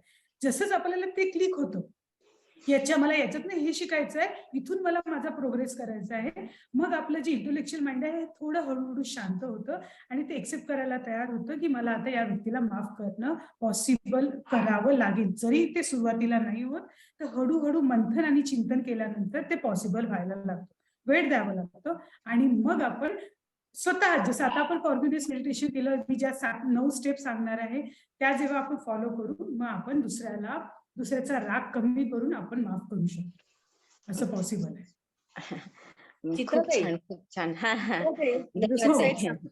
विद्याताई, आपल्या ज्ञानेश्वर महाराजांनी एकच याच्यावर उपाय दिलाय, माऊली. तुम्ही त्यांचा हा हे केला की तुमचं सगळं उत्तर तुम्हाला मिळते. तर मी दुसरी साईड सांगू इच्छिते. हो बिलकुल. मला हे म्हणायचंय की शास्त्रामध्ये दिलेलं आहे, मौनेची कला नास्ती. जर मौन आपण धारण केलं, सपोज आपल्या घरात एखाद्या व्यक्तीने वाईट चुकीचं वर्णन केलेलं आहे, म्हणजे वर्तन केलेलं आहे, तेव्हा आपण त्या व्यक्तीला म्हणजे आपल्याला हे करण्यापेक्षा, त्याला शिक्षा देण्यापेक्षा आपण जर त्या व्यक्तीपासून अगदी चूप राहिलो किंवा मौन राहिलो, शांत राहिलो, लक्षात येतं की आपली काहीतरी चूक झालेली आहे म्हणून आपली आई किंवा आपली पत्नी किंवा आपली बहीण आपल्याशी बोलत नाही, किंवा त्याची चूक स्वतःच्या लक्षात काही काळानंतर येते आणि नंतर तो आपल्याला क्षमा करायला येतो, तेव्हा आपण त्याला क्षमा केलीच पाहिजे. म्हणून मौनेची कला नास्ती असं संत सांगतात किंवा सतशास्त्रामध्ये सांगितलेलं आहे. आता दादांनी माऊली हा शब्द वापरलेला आहे, तर माऊली माया, मा म्हणजे माया आणि उदारता आणि ली म्हणजे लीनता, ह्या आपल्यामध्ये जर आपल्याला आणायच्या असेल, आणल्या तरच आपण कोणाला माफ करू शकतो. अशा त्या माऊली म्हणजे ज्ञानेश्वर महाराज. तर ज्ञानेश्वर महाराज पुरुषलिंगी असून सुद्धा त्यांना आपण माऊली किंवा आई का म्हणतो? तर आईमध्ये जे प्रेम असतं, जी आपुलकी असते, जी आत्मीयता असते, जी आदरता, एकदम सहनशीलता असते किंवा तिच्यात लवचिकता असते आणि ती मोल होते, लवकरच मोल होते, तिला आपण कधी फसवू शकतो अशी ती आई असते, अशी ती माऊली. आणि म्हणून त्यांनी जगप्रसिद्ध अशी प्रार्थना केली. आणि त्या जगप्रसिद्ध प्रार्थना तुम्हाला माहिती असेलच, पसायदान. आणि त्या पसायदान याच्यातच मागितले की जे खळांची व्यंकटी सांडो, तया सत्कर्मी रती वाढो. जे खळ लोक आहेत त्यांच्या वाईट गोष्टी सांडो आणि तया सत्कर्मी रती वाढो, त्यांना सत्कर्मी म्हणजे चांगल्या विचारांचे त्यांच्यामध्ये वाढ हो, हे मागितलं. तर माऊलीच मागू शकते, म्हणजे आईच मागू शकते आपल्या लेकरांसाठी, अशी ती माऊली. माऊली शब्द वापरला तर हे असं त्याचा अर्थ आहे. म्हणून मौन राहायचं आणि भगवंताला ते सगळं सांगायचं, देवा याला बुद्धी दे, याला सद्बुद्धी दे, याच्या विचारामध्ये प्रगल्भता दे, याच्या चेंज कर, यांच्या मनामध्ये जे विकार किंवा वाईट गोष्टी त्याच्यात आल्या असेल त्या चेंज कर, असं आपण प्रे करू शकतो भगवंताजवळ. आणि ती प्रे नक्कीच पोहोचते आणि असं तो वातावरण पूर्ण क्लिअर होऊन जातो. असं विद्याताईलाही म्हणजे मला हे सांगायचं आहे, तर मला ते लक्षात आलं म्हणून बोलले. धन्यवाद. बरोबर. प्रत्येकाचा पर्स्पेक्टिव्ह, प्रत्येकाचं नॉलेज तेवढंच महत्वाचं आहे ताई.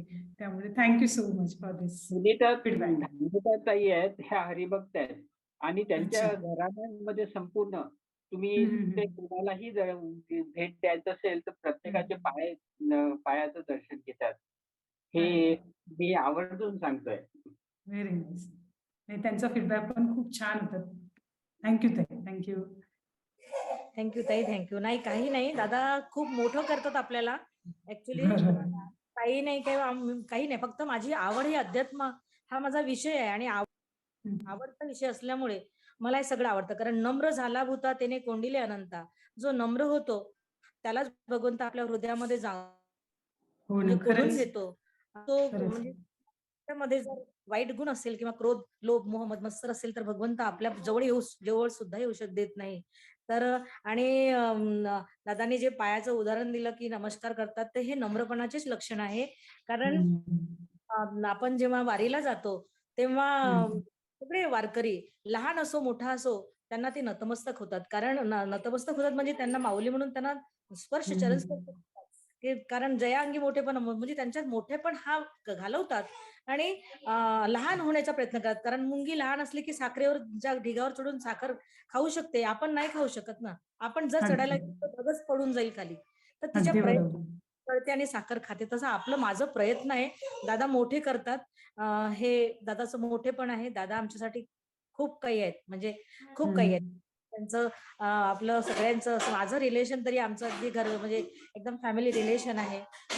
आणि सगळ्यांना मोठं करणे, त्यांना उत्स्फूर्त करणे हे दादांचं फार मोठं म्हणजे फार मोठं छान स्वभाव आहे. धन्यवाद. खूप वेळ घेतला, सॉरी. नाही, काय हरकत नाही.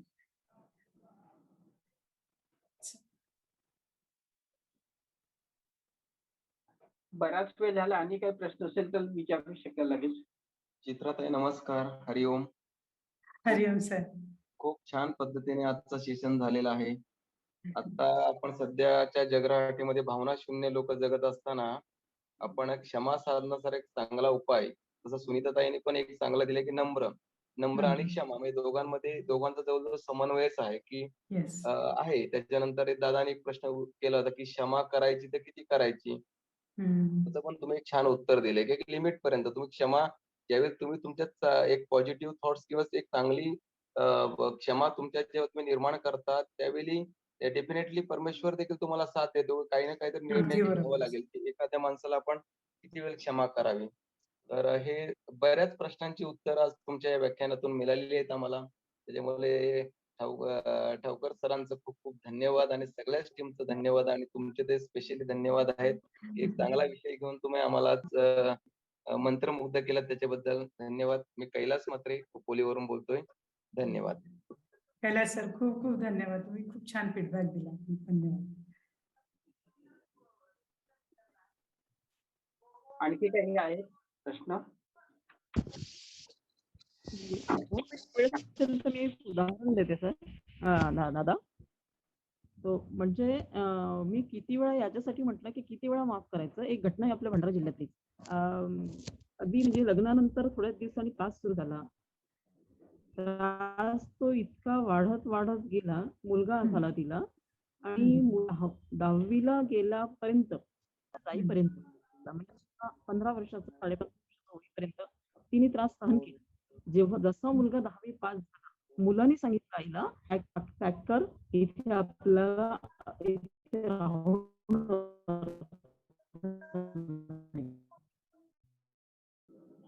काढली 16 वर्ष म्हणजे आणि मुलांनी सांगितलं तर तिने बॅग पॅक करून बाहेर निघाली. म्हणजे हा वेळ जो आहे 15 वर्षाच्या आयुष्यात तरुण तिने भावविश्व आनंदित करण्याचा